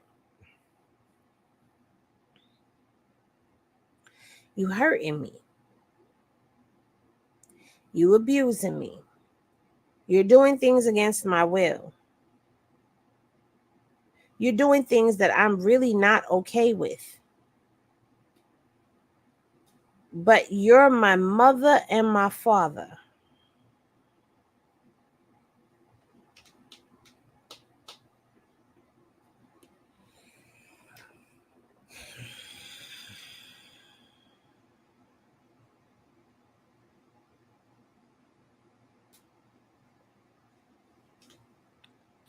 And you still went. That part right there is the part that is getting me. You still went back.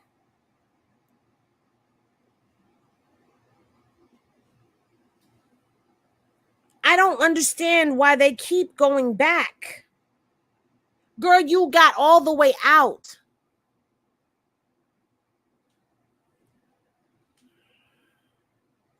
I don't know. The way this is reading is really like a book who talks like this. I'm just saying. I don't know. I don't listen, guys. I don't make this stuff up. I don't. I know that I am an author, but I promise y'all we not reading a book. Okay? You're right. It is Stockholm syndrome, but geez Louise. Okay, so she arrived back in Atlanta on February 21st of 2015. Garland picked her up from the airport with a pow pow sitting between them and the SUV. He told Miss Mongrose that she needed his protection because Atlanta was a crazy place.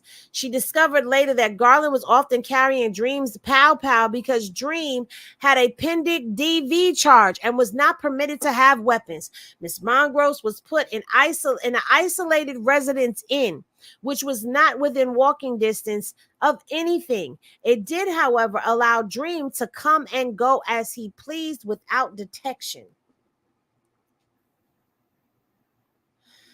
So it says here that Dream's ex-girlfriend, Linda Nim, filed a police report on November 2013, alleging that Dream strangled and physically assaulted her while she was pregnant in April of 2013. The case was dismissed in March of 2015. Presumably, Dream was not permitted to carry weapons while the case was pending. All right. Dream had his own key to Miss Mongro's room and reminded her that he could stop by anytime, and he frequently did enter her hotel room with little or no notice. Miss Mongro's could not drive and was relying on Dream for money for all of her expenses because she had not yet received her contract and advance, which essentially trapped. She was essentially trapped in the resident inn unless Garland took her somewhere. While she occasionally used Uber, Garland reiterated that it was a safety concern and that Dream expected him to transport her. Garland made sure to let Miss Mongross know how closely he was watching her when she took Ubers, as he would ask her why the Uber driver took a certain route, whether the driver was trying to talk to her, and how much she spoke to the driver. Girl, Buttercup said it's giving 50 Shades of Grey. Child. While she, Dream became increasingly controlling after Miss Monroe moved to Atlanta. He told Miss Monroe that she needed to check in with him every day. She needed to be available to him whenever he called, and that she could depend only on him for anything she needed. Miss Monroe was no longer allowed to attend events or go to clubs with Dream. She was expected to stay in her hotel unless she was recording or at the gym.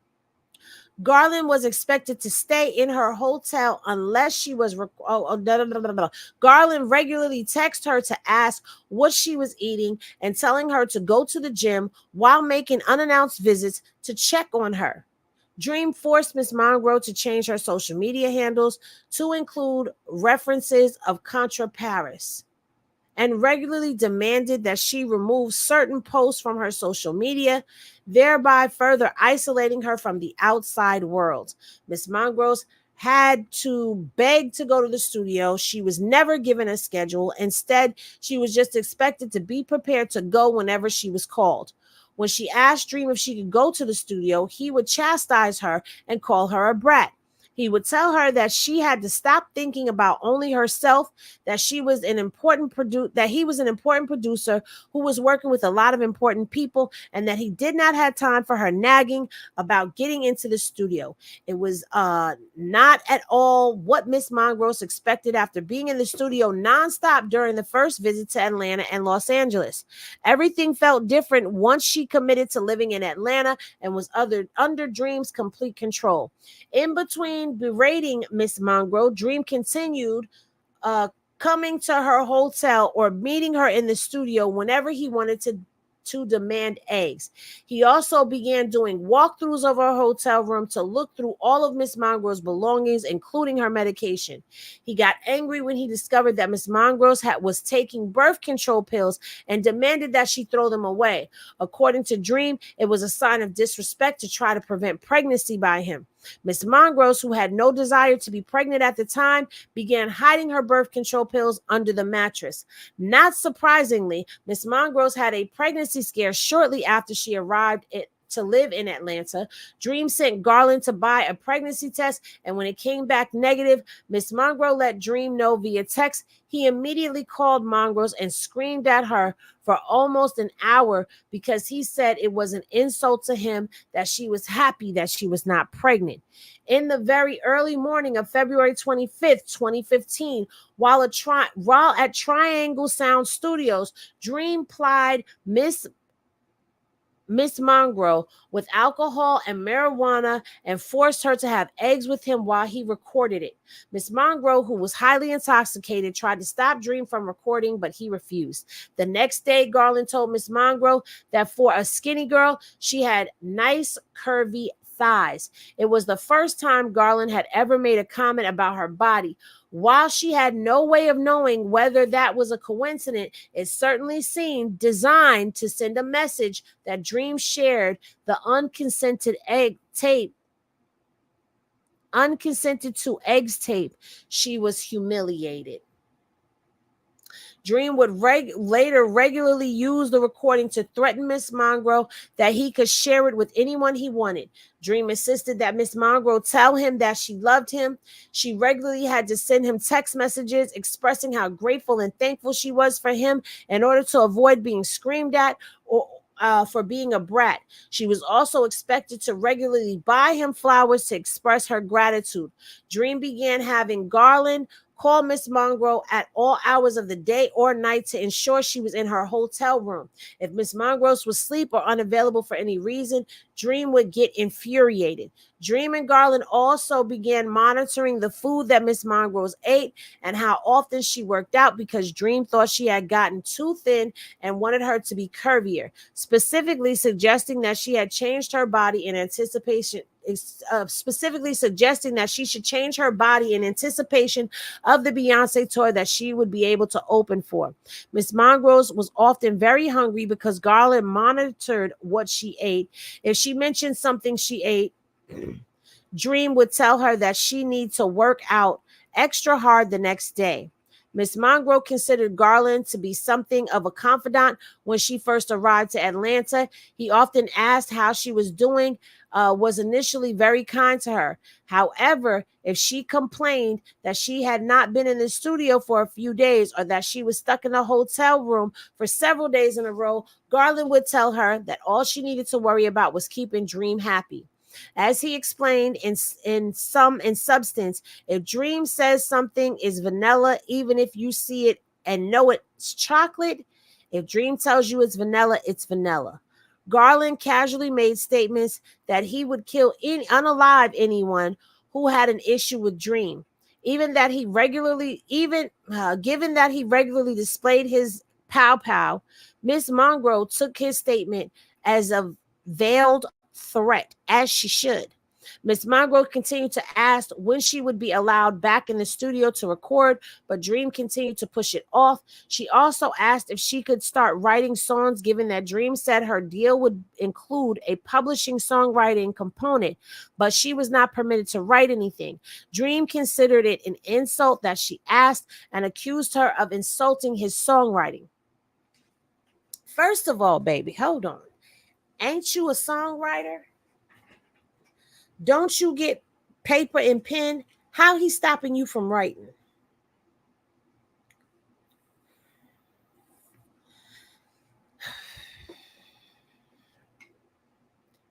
Right? Wait, I just said this over the weekend. He needs to do one in June and then come back in December, because this first 6 months of this year, this. Ms. Monroe continued to ask about her contract. On February 28th of 2015, Dream said that her contract would be finished soon and again ordered Ms. Monroe to ensure that her attorney inserted a key man clause into her contract with Contra Paris. As Dream wrote in an email to Ms. Monroe, basically, no matter terms or partners, ultimately you choose to exit binding participants in contracts other than Teatress Nash, aka Dream. If Dream goes, you go. Still remaining bonded to Teatress and the Dream Nash for remaining terms of contract, if any. While in no auditory or freedom, with little to no auditory or freedom, Miss Monroe continued to tell Dream what he wanted to hear, that she was loyal to him, that she wanted the key man clause, and that she loved him. During the second week of March 2015, after a few weeks in the Residence Inn, Miss Monroe discovered bed bugs in her room and asked Garland to place her in a new hotel. For reasons known only to Dream, Miss Monroe's request infuriated him. He screamed that she was trying to take advantage of him, that she was not loyal, and that she was a brat. Miss Monroe tried desperately to explain herself, but Dream's anger continued to escalate. He told her that it was her fault that Beyonce's album was delayed, and he had the right to tell her what to do to him exually to make it up to him. He demanded that Miss Monroe apologize to him for the delays. Beyonce's album for the delays to Beyonce's album, while he forced her to perform actually by commanding oral eggs. Mouth mop. Dream roughly shoved his Tootsie Roll, I guess, inside Miss Mongro's mouth until she was choking. When she attempted to signal with her hands that she was choking, he said that he was her boss and continued forcing himself inside of her. Eventually, Dream began to choke Miss Mongro's with both hands. As she began to pass out, Dream continued to scream that she was taking advantage of him. Dream stormed out and left Miss Mongro's in shock with several bruises on her neck. Fortunately, she knew that Dream was leaving town shortly, so she would have a few days to recover. Dream never apologized or mentioned the strangulation incident again, and unfortunately, it would not be the last time he became physically abusive with Miss Mongro's. On or around March 14th, 2015, Dream left Atlanta to handle work obligations elsewhere. Miss Mongro wished him a safe flight before he took off, but when she did not text him the following day, Dream texted her, "You know damn well you need to check in." During the next few days, Miss Mongro made sure to say hello or good morning. When she missed one day on or around March 21st of 2015, Dream text her, "You're not checking in." Miss Mongross responded that she had checked in with Garland every day as she was required to do. On the following day, Dream texts Miss Mongross to say, "My international wife, I think it's time for me to hit that punanter. When are you having my baby? 2023?"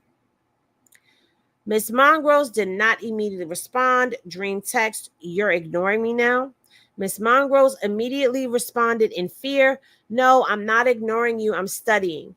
Dream then threatened Miss Mongross that he was going to drive over to where she was and said he was on his way, even though Miss Mongross later learned he was not even in the state at the time. Child, this is a lot. We are on page 31. Can y'all believe it? I told y'all this is a long one. Well, when Dream returned from his trip, Miss Mongross tried to focus on recording and staying focused on her goal while keeping Dream as calm as possible. On the rare occasions that Miss Mongross was allowed to go into the studio, Garland said that Dream told him to make sure she was liquored up before getting there. If Dream was at the studio when Miss Mongross arrived, he would check to make sure she was intoxicated, and if he did not think she was drunk enough, he would forcefully pull her hair back and force her to drink more alcohol. If Miss Mongross wore her hair in a ponytail, Dream would roughly yank her head back and pull out her hair tie. Miss Mongross had become so isolated and dependent on Dream for food and shelter in such a short period of time that it became increasingly difficult for her to comprehend the reality of her situation.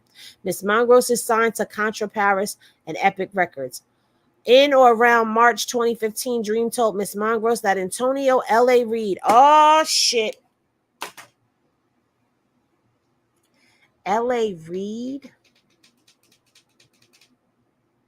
he was just in that other girl's lawsuit, remember?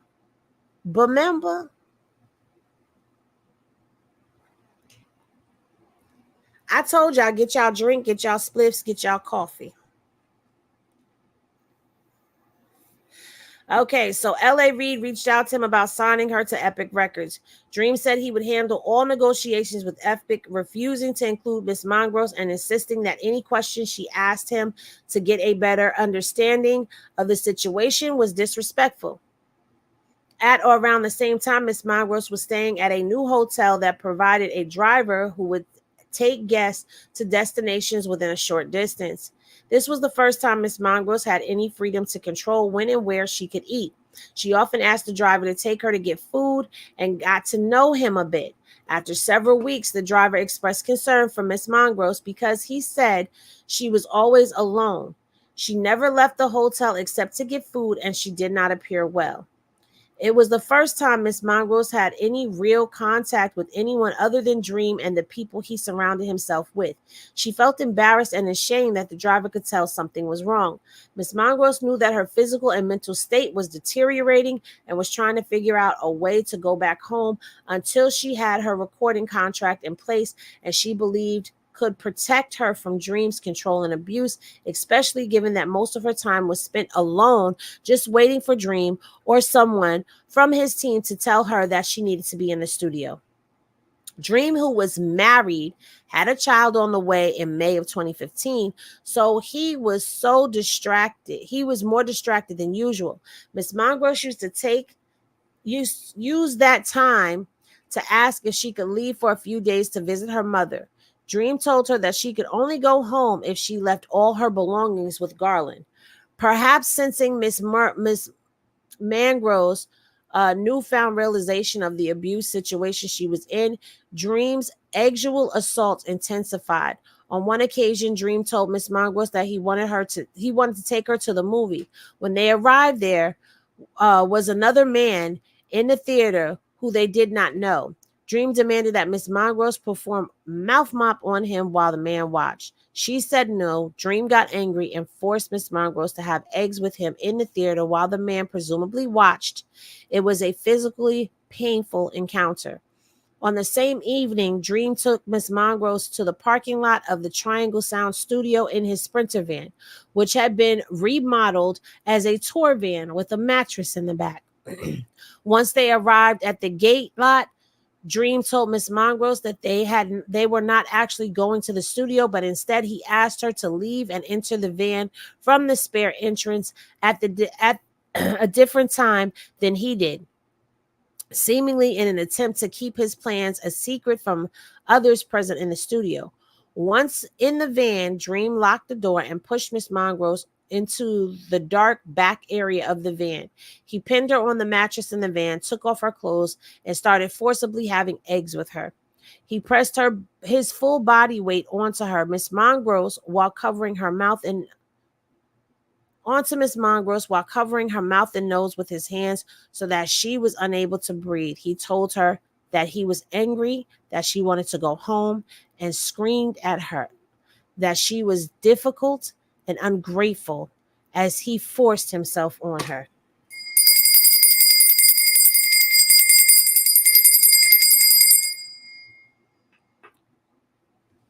Whew, Lord, this is a lot.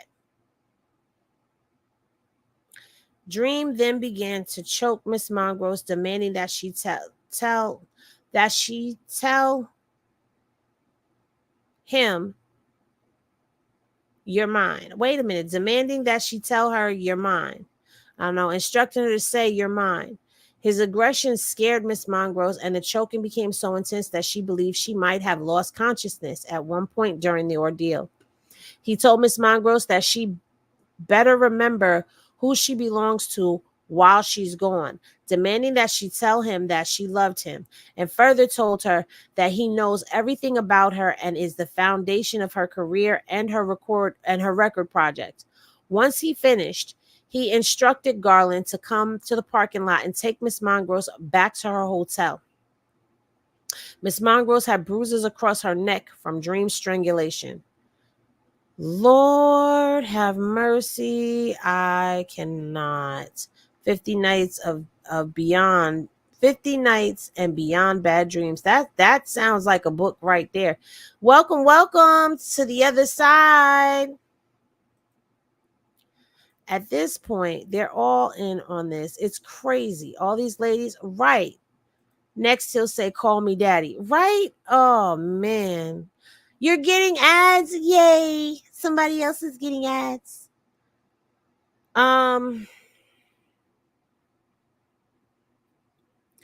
All right. Miss Mongrose left for Amsterdam with one small bag on or around April 7th of 2015.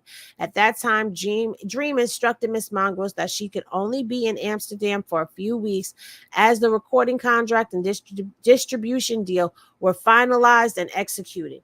In or on April 11th, 2015, Miss Mongrose texted Dream about the Billboard magazine interview he did that had just been published. He previously told her that he was going to discuss her in one of his new artists in the interview. She never came up in the interview. So she texted Dream and asked why she was not mentioned. It was an innocent inquiry, but caused Dream to fly into rage. He sent several pages of text messages in response, saying, "It wasn't about you, it was about me. Don't patronize me, Shani. You know I'm smarter than that.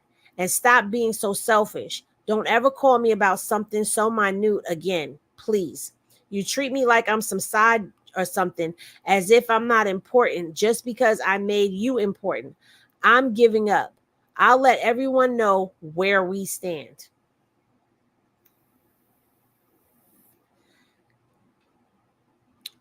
Y'all know he ain't finished, right? And to answer the question, somebody asked how many pages it is. 60.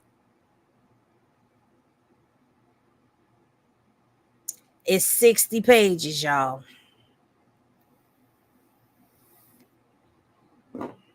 Miss Mongrose, who was just excited about the possibility of being mentioned in the article, was completely taken back by his reaction because he was becoming more and more unpredictable. She realized that anything she asked him had the potential to make him angry, and that she had no way of knowing what would and would not cause such an explosive reaction. I'm sorry, at this point, she's slow. Lord, forgive me. Edna, I didn't say it. I'm just reading it. No, remember the Diddy tape, hotels keep these 6 secrets and stay in business. Right. She realized that anything she asked him had the potential to make him angry, and that she had no way of knowing. Well, but okay. She was very thankful to be having a conversation via text of in person. What? She was very thankful to be having having conversation via text instead of in person. Okay, there it goes. Dream refused to speak to Miss Mongrose for several days, and she was left completely in the dark about whether he was planning to move forward with Miss Mongrose's record. Garland then texted Miss Mongrose to say he had spoken to Dream. He told her that she needed to play her role, show she was humble, show her passion and loyalty, and provide a gift to Dream as a peace offering. Are you freaking...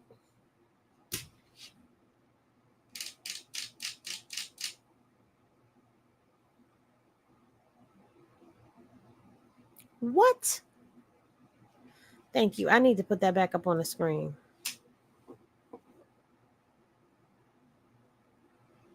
Oh, no, I know, Edna. I know. I know you talking about the girl. I know. You got to buy this man a gift as a peace offering. Garland suggested customized Contra Paris clothing to provide to Dream that she was to prove to Dream that she was committed.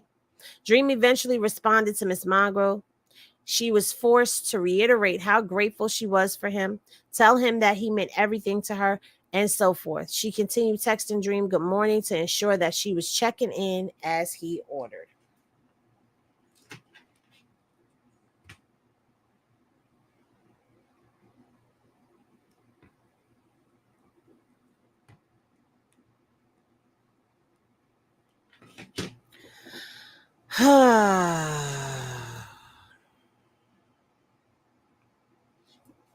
On or around April 6, 2015, Dream texted Miss Mongrose to say that Reed and Epic Records were going to be their partner on the record deal. This essentially meant that once she signed a recording contract with Contra, she would sign a distribution contract with Epic. Once both of the contracts were signed, Miss Mongrose's album could be finalized and released. On April 21st of 2015, Miss Mongrose was still in Amsterdam. She finally signed the Contra contract. The Contra contract was a recording and shopping contract that provided Contra with exclusive rights to all audio and audio-visual recordings, in addition to 6 months time period to enter into or subsequently negotiate a distribution contract. The Contra contract specifically noted that Dream was an agent of Contra, and upon information and belief, he was also the principal of the LLC. On May 1st of 2015, Miss Mongrose then signed the Epic contract. On the same day, Dream texts Miss Mongrose, it will always be mine, not just your punter cat. All of you, your blood, your mind, your heart. Dream maintained complete control over communications concerning Miss Mongro's deal with Epic. He refused to connect her to anyone directly or even to include her in the emails and text chains with the executives from the major record label she was now signed to. Miss Mongrose had a return ticket booked to Atlanta for May 12th of 2015. She texted Dream to confirm that he wanted her to return on that date. But given that his son was born just a few days earlier, he told Mongrose that he would let her know when to return to Atlanta. Hold on one second.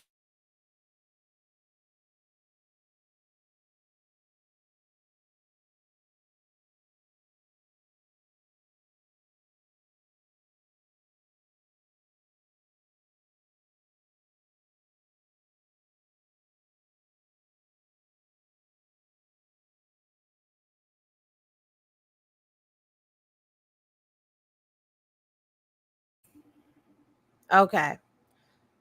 Finally, in late May of 2015, Miss Mongrose was told that Reed and Joey Aubrey, from former executive presidents at A&R of Epic, wanted to meet with her in person.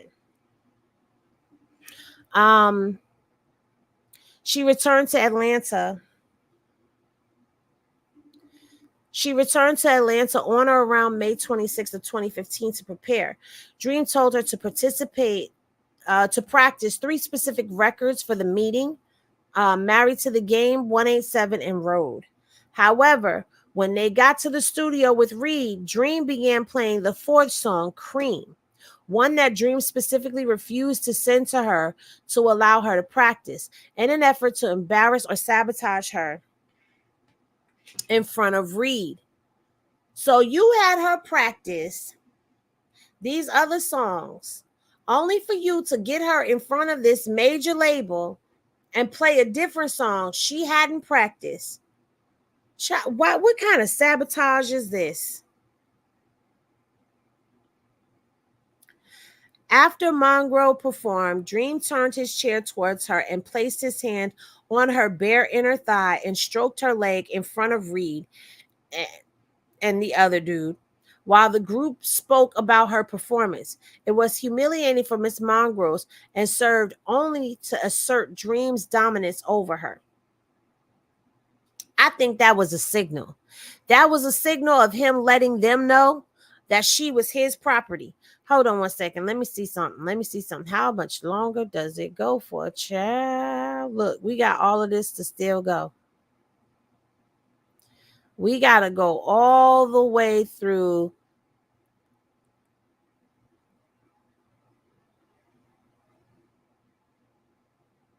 We got to get to page 55.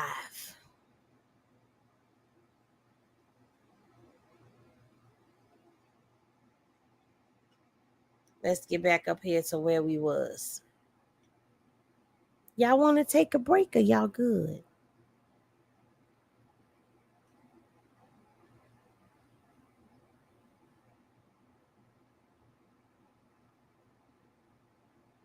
Okay.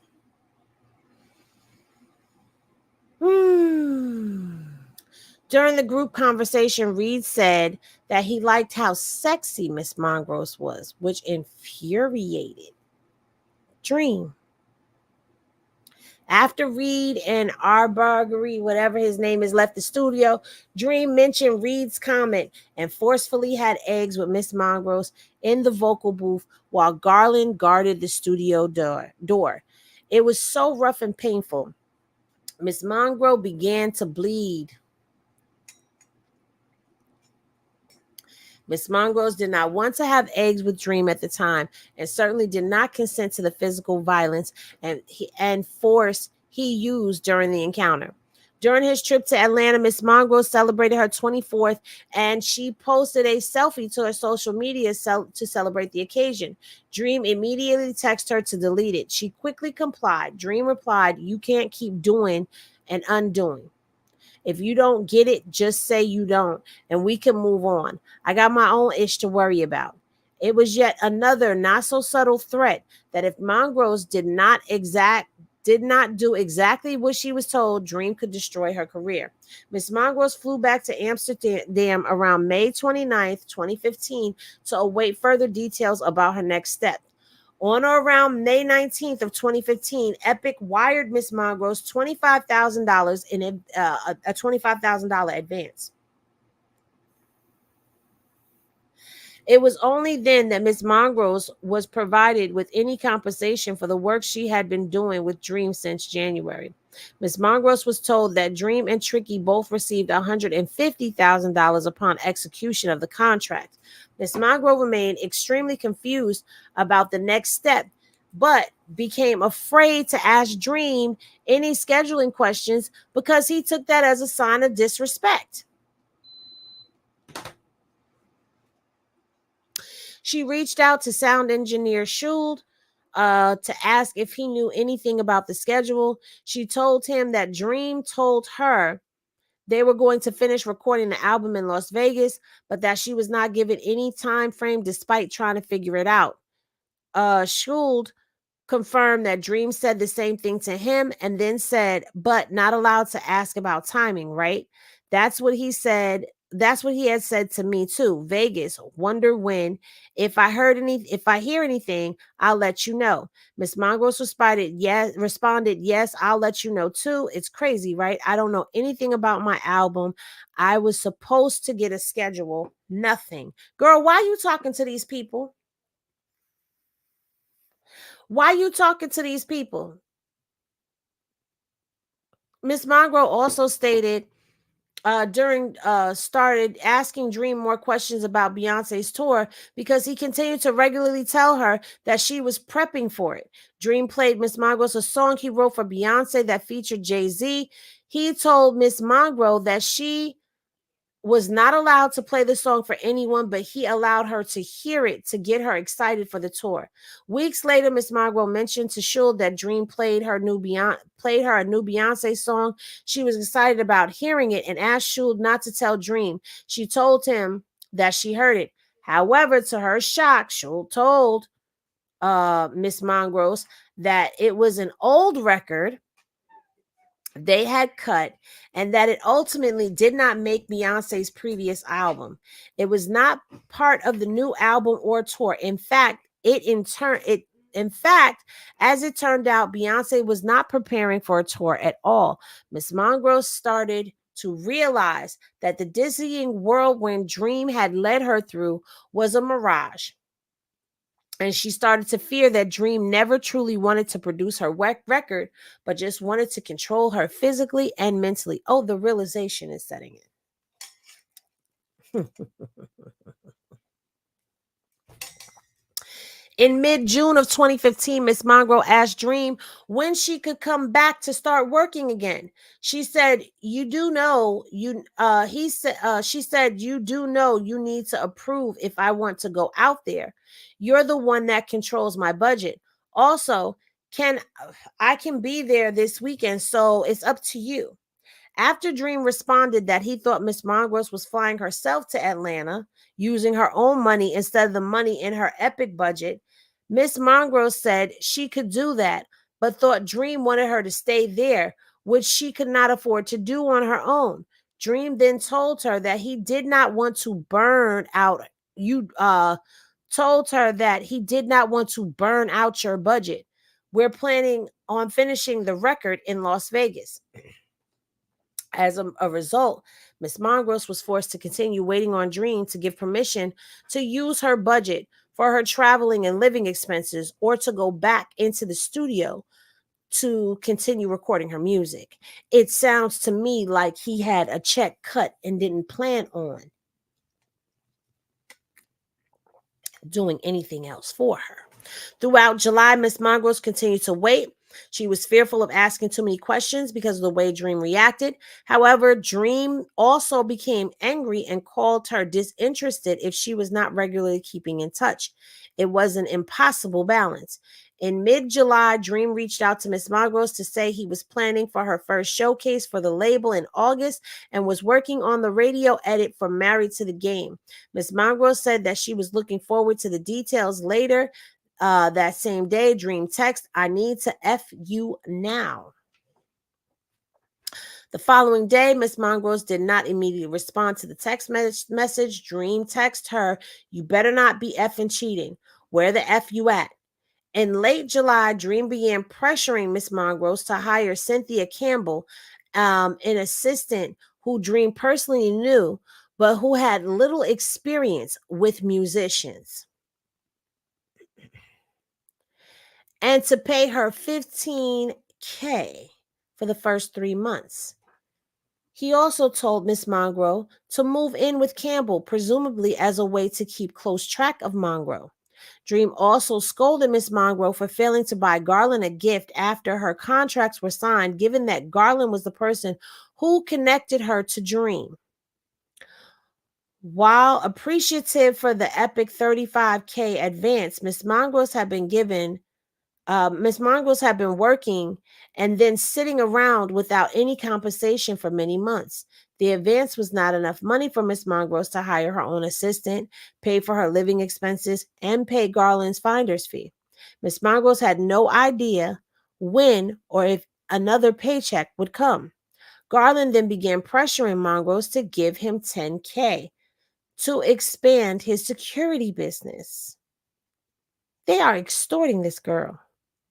He said that Dream promised to pay him a finder fee, but he had not paid it, and that he was in a precarious financial position.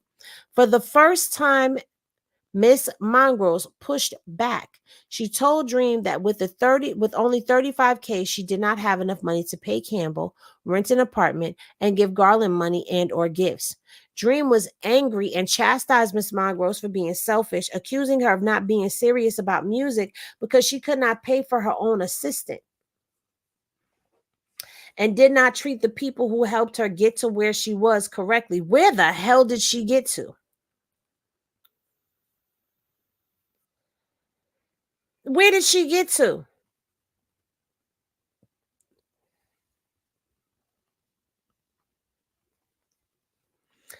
Mongrose attempted to explain, but there was no point. Dream simply continued berating her.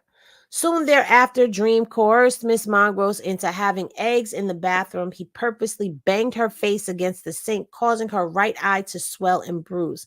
Several people in the studio asked what happened to her eye. Miss Mongrose lied and said she ran into something. By the end of July 2015, Mongrose was desperate to get back into the studio, finish her work, and move on to the next step in the process. She believed that being signed to Epic would provide a necessary buffer between her and Dream. Miss Mongrose should have been given some control over her recording budget, but Dream maintained full control over it via his role as chairman of Contra. Overseeing Miss Mongrose's budget allowed Dream to book and arrange everything, so he maintained complete control over Miss Mongrose.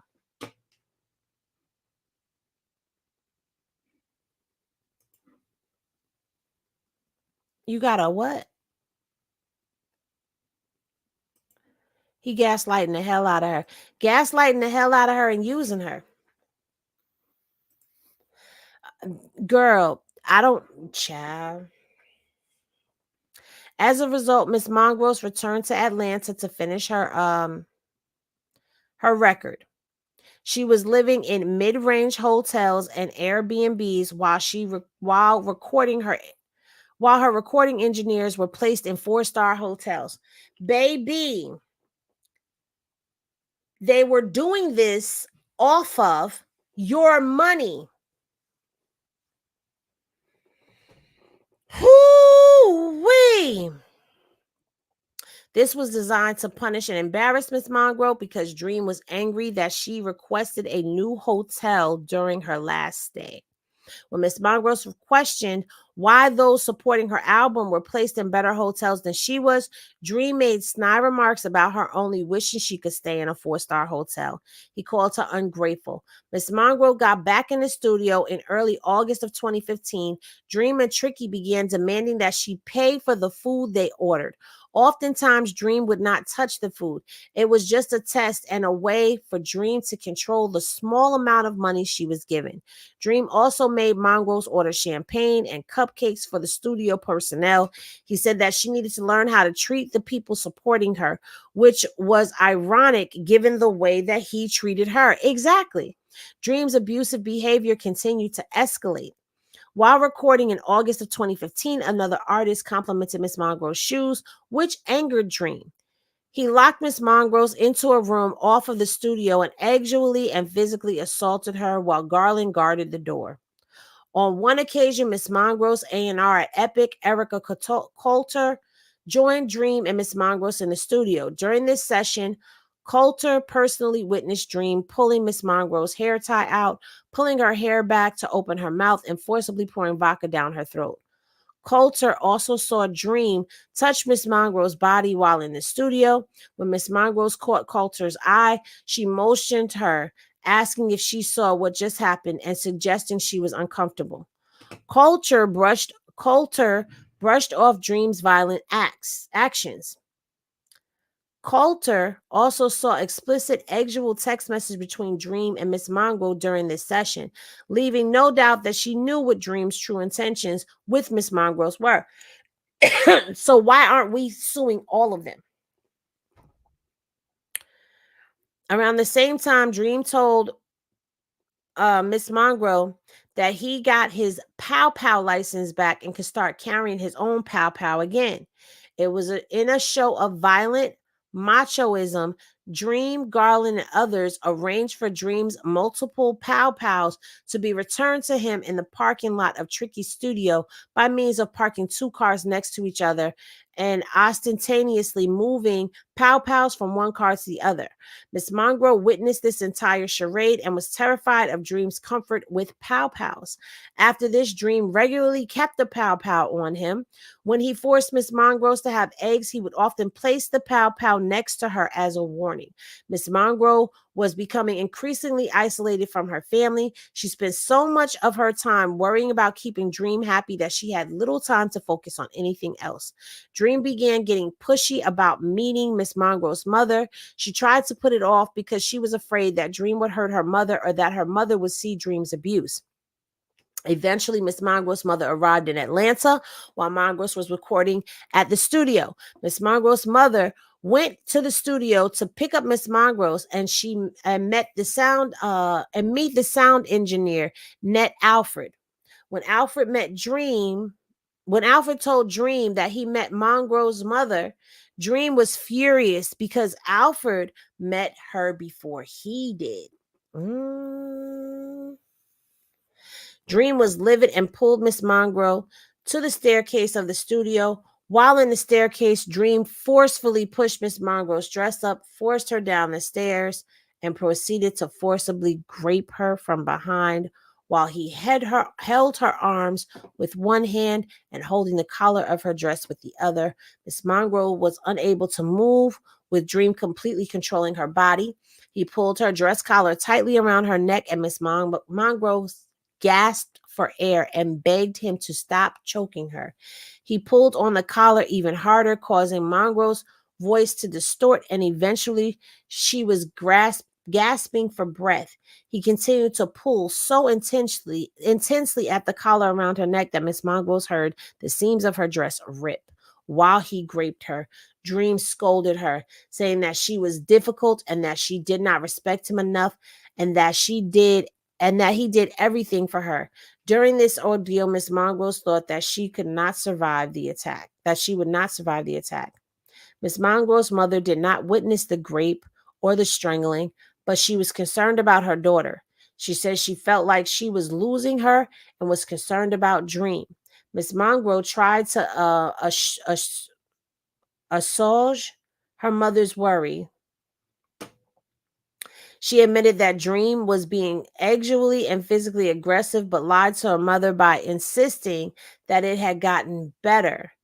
Dream's abuse was escalated to the point that it had become increasingly difficult to hide it from people as he was regularly flying into rage over everything. Dream seemed obsessed over Miss Mongro's alleged lack of gratitude and the fact that she refused to use her small advance to buy him, Garland, and others gifts and or hire friends. The fact that Miss Mongro said no to him was simply something Dream could not get over.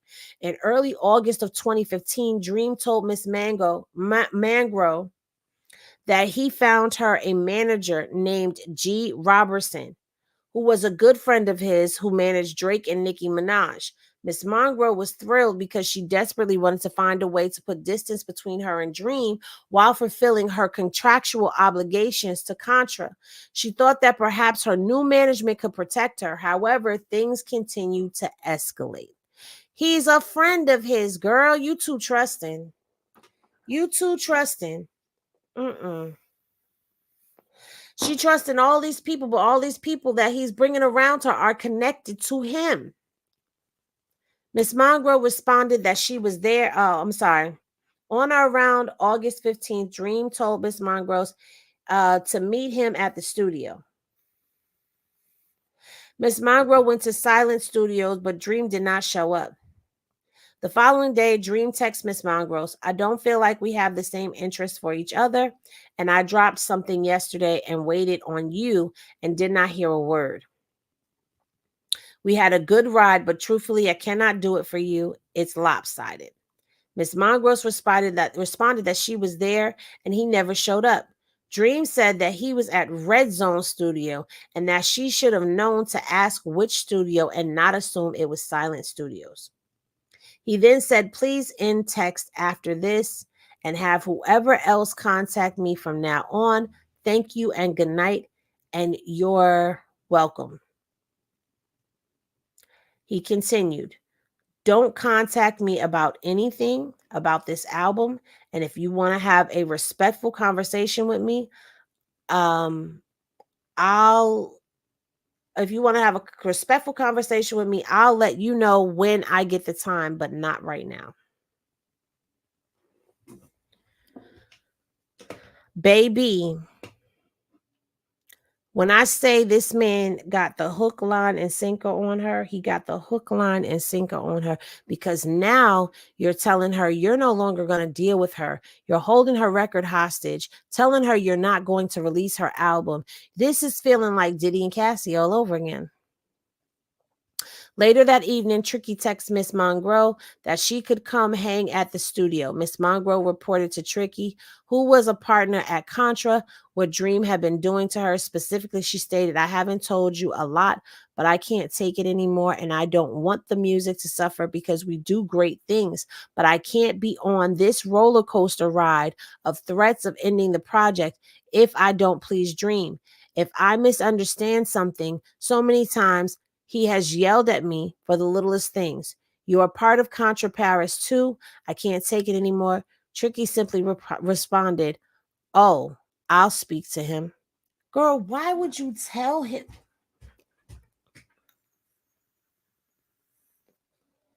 Why would you tell him? Why would you tell him of all people?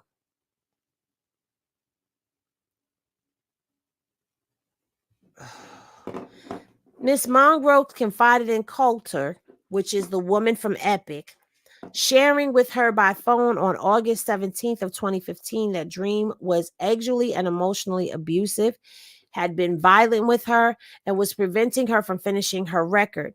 At first, Coulter said that as a woman, she understood and would take care of Miss Mongro. Within an hour, however, Coulter had spoken to Dream and told Miss Mongros that she needed to figure out a way to work with Dream again, despite being told the pattern of abuse Miss Mongro endured. You can't even trust the women in the industry. You can't even trust the women. She just went to that woman who was there at the studio when all of that was going on and told her about this. And this woman said, okay, I'll take care of you. only to call him.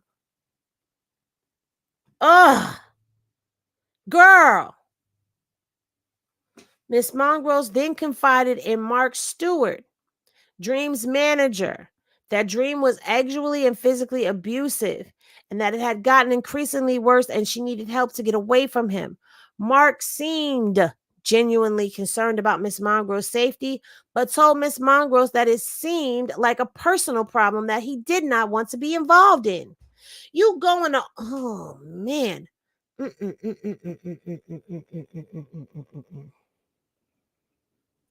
But of course, far from being exclusively a personal issue, Dream's abuse of Miss Mongrose was part of a parcel of his professional persona and his business of producing and writing music.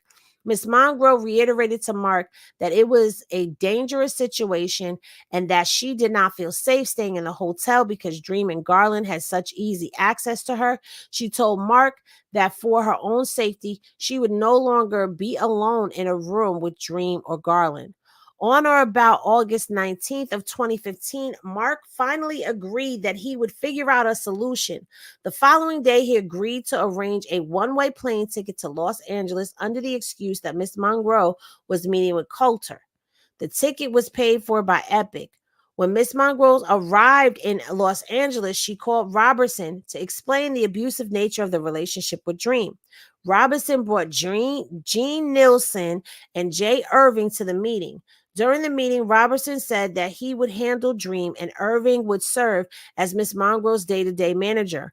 On August 21st, 2015, Miss Mongrose then met Coulter and again reiterated that Dream was abusive and controlling. Miss Mongrose made clear that regardless of Dream, she was committed to completing the record and moving forward with her contract, but she needed to be protected from him. Coulter informed Miss Mongrose that Dream was withholding the music she recorded with him from Epic Records. Pursuant to the contract she signed, Miss Mongrose was obligated to turn over music to Epic within a specific time frame. Miss Mongrose asked her new manager and others at Epic for help intervening in the situation, retrieving her music, and extracting her record from Dream's grasp. Many months, Dream refused to meet with her, and even when he met with her managers, he refused to turn over Miss Mongrose's music. Having had her trust completely betrayed by Dream, she was very concerned that her management no longer had her best interest at mind. First of all, you gave that man complete control over everything. You gave him complete control over everything. Now, you haven't fulfilled your contractual obligations. I'm quite sure they come after you when you do that because they gave you in advance. He used your money to do whatever he was doing with your money and only gave you a small percentage of it. And even in that small percentage, he made you use that money for him and his people. Girl. Child.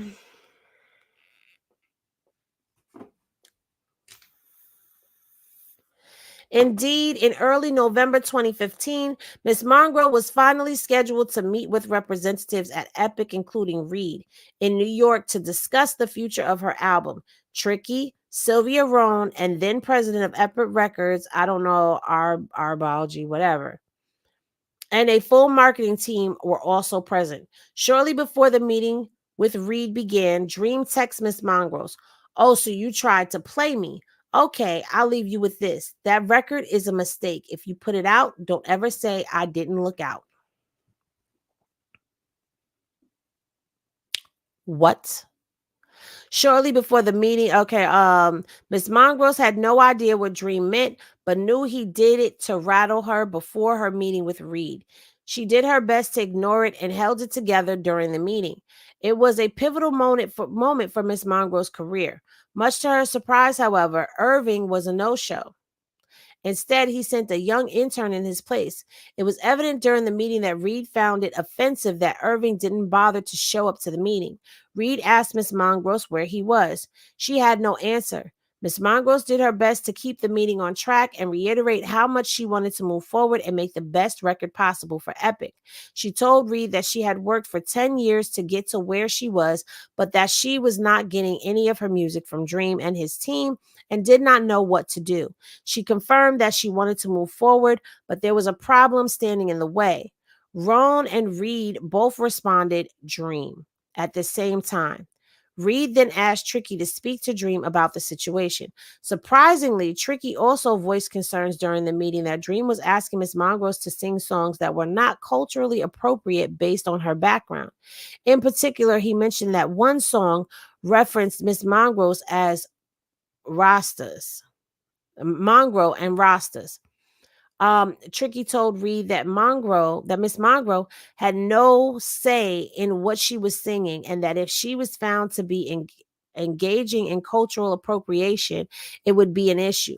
Miss Mongrel left the meeting believing that Reed and his team understood the situation with Dream and would help. At the time, Reed appeared to agree that that they should move forward with other producers. Reed also gave Miss Mongrel his direct phone number and told her to call if she needed anything. Now, y'all remember, good night, Mary. Y'all remember Reed was at the meeting and said that she was sexy. And he saw Dream put his hand on her inner thigh. So we've already heard about Reed in that other case. Child, what page we on? We on page 49. We only got a couple more pages to go. Okay. However, in early December 2015, Irving suddenly told Miss Mongrose that Reed wanted Dream to be involved in the record again. Miss Mongrose was terrified at the prospect of having to record with Dream again, but told Irving that she was professional enough to do it if required. Girl. I cannot.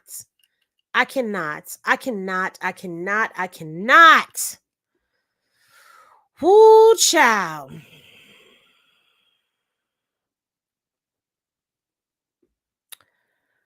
Oh, she asked Irving if she could at least try to arrange work with other producers first and had hope that she would not be forced to work with Dream. Irving replied that they were ready to work with other producers, but that they need to be careful about the situation with Dream because of the contracts Miss Mongrose signed. Remember, she's not in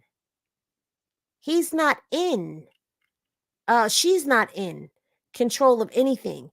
He was involved in all of that. So that means that he done put some things in this contract that she don't even know about because she didn't read it. She didn't have no lawyers read it. She just trusted him to take total control of this and make decisions on everything. Child, this is Oh.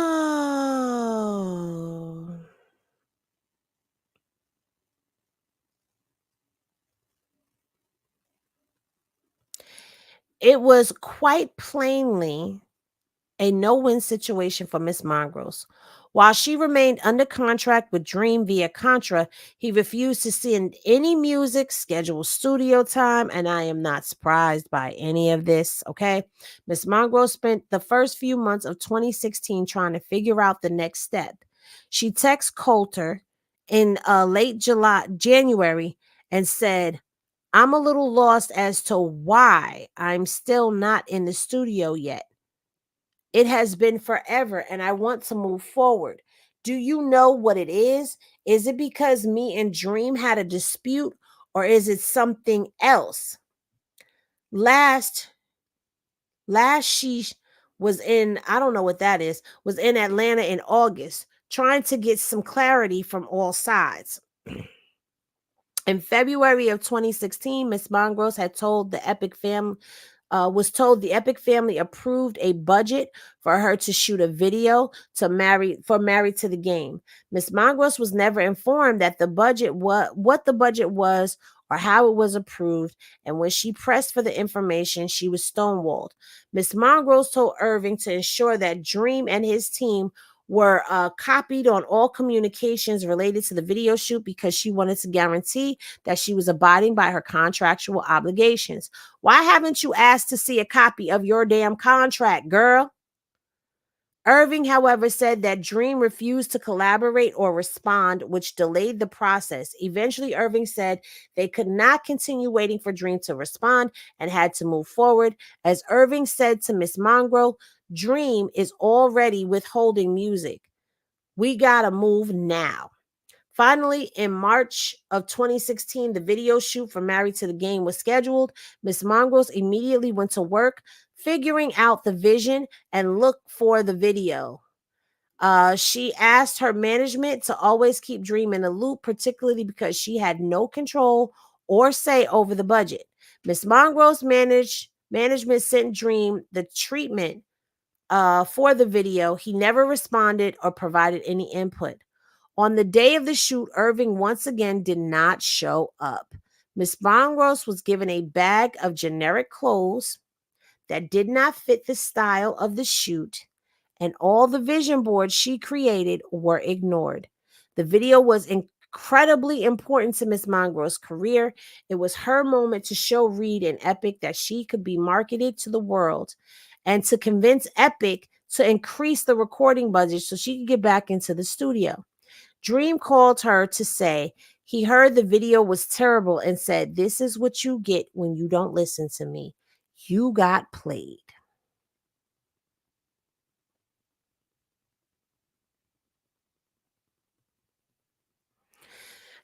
Three years. She got a visa for 3 years.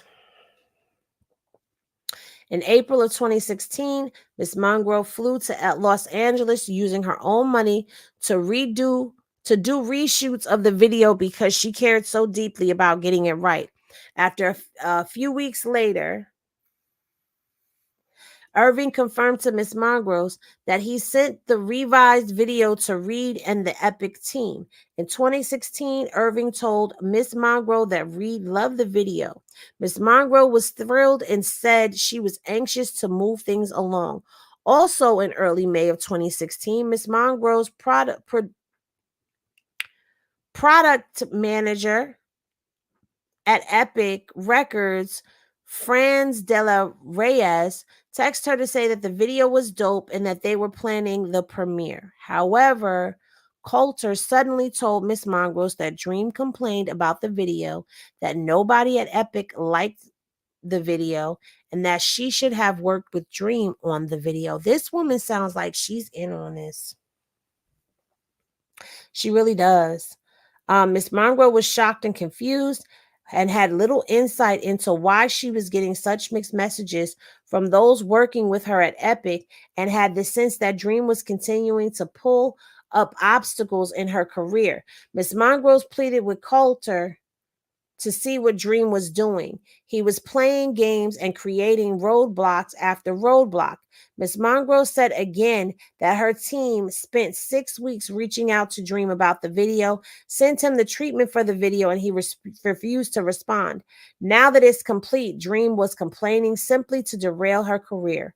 Coulter, who knew about Dream's abuse, refused to provide any help or solution to Miss Mongrel. Instead, she simply said to Miss Mongrel that Miss Mongrel needed to get on the same page as Dream for things to proceed. She also left unanswered. Miss Mongrel's repeated questions about who was in possession of her music, even though as her label, Epic should have been able to provide this information to her. She's being blackballed. She's being blackballed.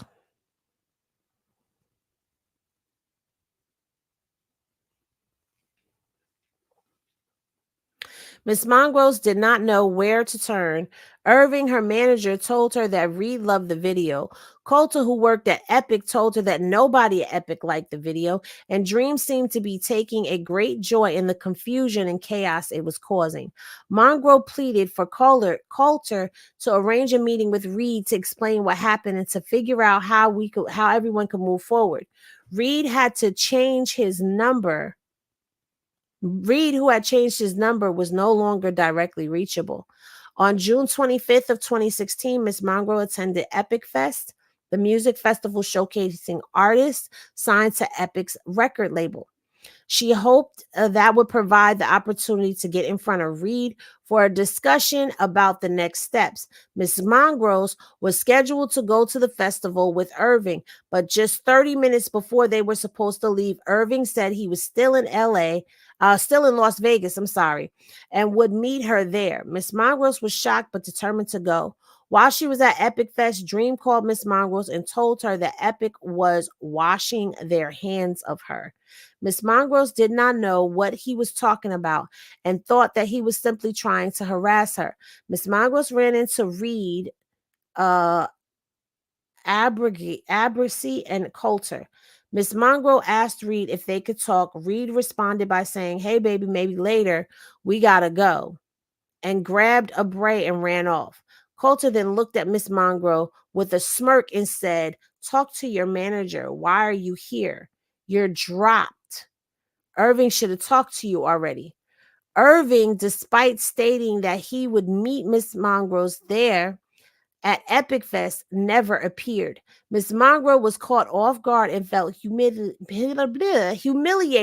because she was slowly realizing that perhaps everyone knew something that she was never told.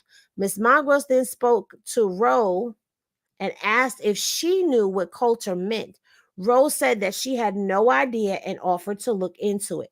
Monroe reached out to Irving as soon as possible. He admitted to her that he heard through the grapevine that she may be dropped by Epic. However, given that there was no official notification of anything more than a rumor, he did not want to bother Miss Monroe with the rumor. On July 15th of 2016, Miss Monroe got an official word that Epic no longer wanted to distribute her music because Dream failed to deliver her records.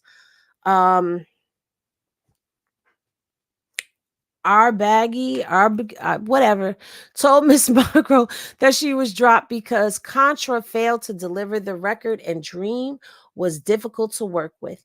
Yet nobody at any point sat down with Miss Monroe to discuss the situation with her. She was left in the dark throughout the entire process, despite both Contra and Epic having a signed contract and owing corporate responsibilities to her. And despite agents of both entities knowing that Miss Mongrose had been subject of Dream's violent and coercive manipulation, which they knew should have known were predicted of fraudulent promises of record contracts, Grammys, and an opening for Beyonce.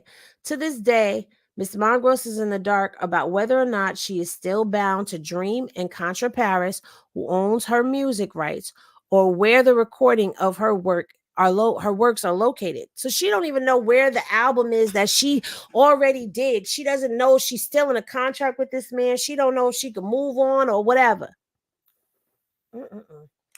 We almost there, y'all. It was a devastating blow. Wait a minute. Dream got what he wanted. He caused so much chaos and confusion with Epic that they simply no longer wanted to deal with Miss Monroe, who he had successfully duped into fraudulent and coercive sexual relationship. It was a devastating blow to a young, talented artist who had done everything possible to survive the situation with Dream and move forward. Yet, it became abundantly clear that Dream was only interested in an artist who was fully compliant with all of his demands. When Miss Mongrose finally found the courage to stand up to him, ever so slightly, he no longer found her to be worthy of his time and set out to ensure that nobody else would work with her either. Blackballed. Within a few weeks of Epic notifying her team that they did not want to proceed, Miss Mongrose's management team dropped her as well. Not only did Dream ruin Miss Mongrose's chances with Epic Records, he also ensured that she could not work for the next decade by refusing to officially release her from the contract. As a result, recorded music, she would be in breach of Contra agreement. She begged to be released from Contra, but they continued to ignore the request. Miss Monroe lost everything: her ability to work as an artist, her ability to work in the United States, her ability to live free from trauma, the trauma that Dream inflicted. Miss Monrose has not been the same since Dream's abuse and her experience with Contra and Epic, and she believes that the experience broke her as an artist and a woman. When she finally understood the devastation Dream's actions caused, she lost her passion for music and life in general. She spent several years rarely leaving the house. When Miss Monrose would try to sing, she would have flashbacks and panic set in. She just could no longer do what her entire life purpose had previously been. Dream's sexual assaults, physical violence, and manipulation weighed on Miss Monrose for almost a decade. In December of 2016, Miss Monroe's general practitioner refused her for treatment of anxiety referred her, for treatment of anxiety and depression because she was suffering from panic attacks, insomnia, and lethargy. She could not speak about sexual abuse. She could not speak about sexual abuse Dream inflicted until 2018, and then worked in therapy to attempt to get her life back. However, Miss Monroe's life will never be the same. She lost a decade of her life due to Dream's abuse and the willingness of Contra and Epic and Reed to look the other way. She remains unable to engage in her work as a recording artist due to the pain and devastation she endured. The first cause of action is for sexual trafficking. The second cause is sexual battery. The third is for grape. And that is it. We have made it through.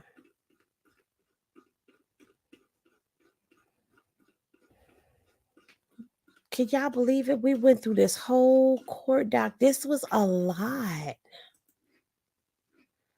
That was a lot. Shout out to all of y'all that are still here right now, because that was a lot. I will admit, whoever wrote that needs to go into novel writing, because they definitely, oh, you said ring the, Miss Mimi said, ring the bell, please.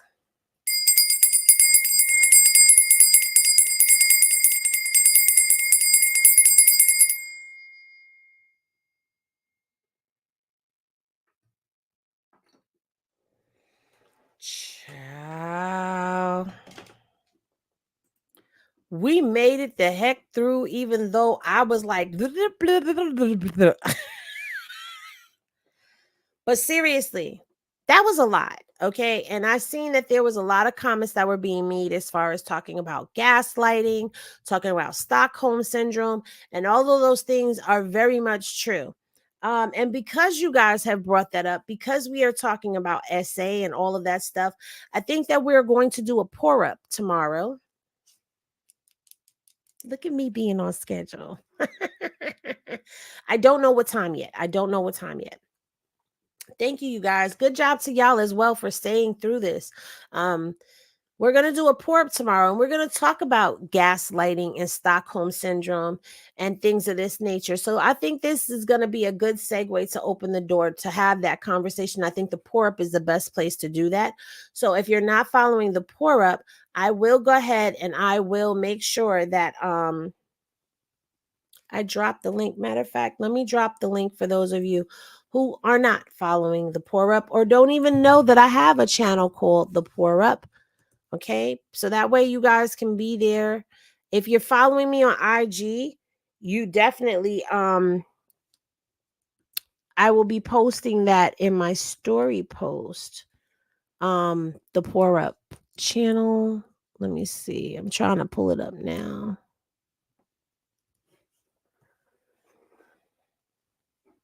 Okay, here it is. Pour up. And on that channel, there are some like spiritual videos. There's a couple of things on there that y'all might enjoy. So that is the link to the pour up. So y'all make sure that y'all subscribe to that channel. I will be doing my lifestyle channel as well. So you guys can start tapping in and tuning into that. I'll put my lock journey, my nails, like all of that stuff, you know, mukbangs and all of that. will go on the lifestyle channel. But this, it's like you're seeing, I don't know. Are you seeing a pattern? I'm seeing a pattern. I'm seeing a pattern of how these men in the music industry are moving all together. The sad part about this one, and I had to think about it, this girl was running to all of the people that were in his circle. And while we're sitting here and we're like, girl, why would you talk to them? We all have to remember she's not from here. All she knew was the people in his circle.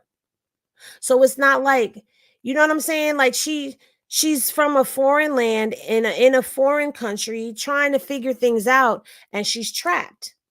And I believe this is why women who come from overseas to over here, please pay attention to a lot of these stories that are being told. They are not fake. There are people. Hey, Joe. There are a lot of people that will trap these women because they're from another country to use them and abuse them in this manner. You always follow your discernment, though. No matter who you are, no matter where you come from, you have an innate alarm system that is built inside of you. You have your intuition, your gut, your higher self, whatever you want to call it, that tells you and sends off bells and whistles whenever something is awry and something is not right. So at the end of the day, always trust your intuition. It's very sad and unfortunate about what happened to this young lady. I hope that she does get justice in her situation, but who knew that all of this was going on behind the scenes? It's really crazy to me. Like music, let me explain something to you about music. Music is very powerful. Music has the power to enhance what you feel or change how you're feeling, meaning that music can make you feel so great. It can make you, if you listen to a song and you were feeling down and it uplifted you, or you listen to a song and you were feeling uplifted and it made you feel down, or you listen to something and it revved you up. That's the power of music. And to think of all of the intentions of people that are going, things that are going on behind the scenes with when they're making these songs, when they're putting these lyrics together, what their thought patterns are, what their intentions are while they're singing. It's like, do you really want to continue to poison yourself with this? Like, can we listen to the music anymore? What are we going to just listen to classical music, Beethoven and Chopin and all of them? Like, is that the only thing that's going to be okay for us to listen to? And then we got to question if that's safe.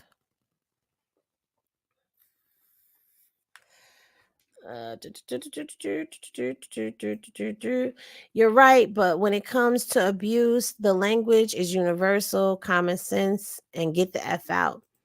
That's not so easy. That's why I'm going to go into this tomorrow. That's why I think this is going to be a good. Wasn't Beethoven a 304 too? See, this is what I'm saying. Ain't nothing safe. We just got to make our own music. I think we all should just get studios on our computers, get some beats, and make our own songs.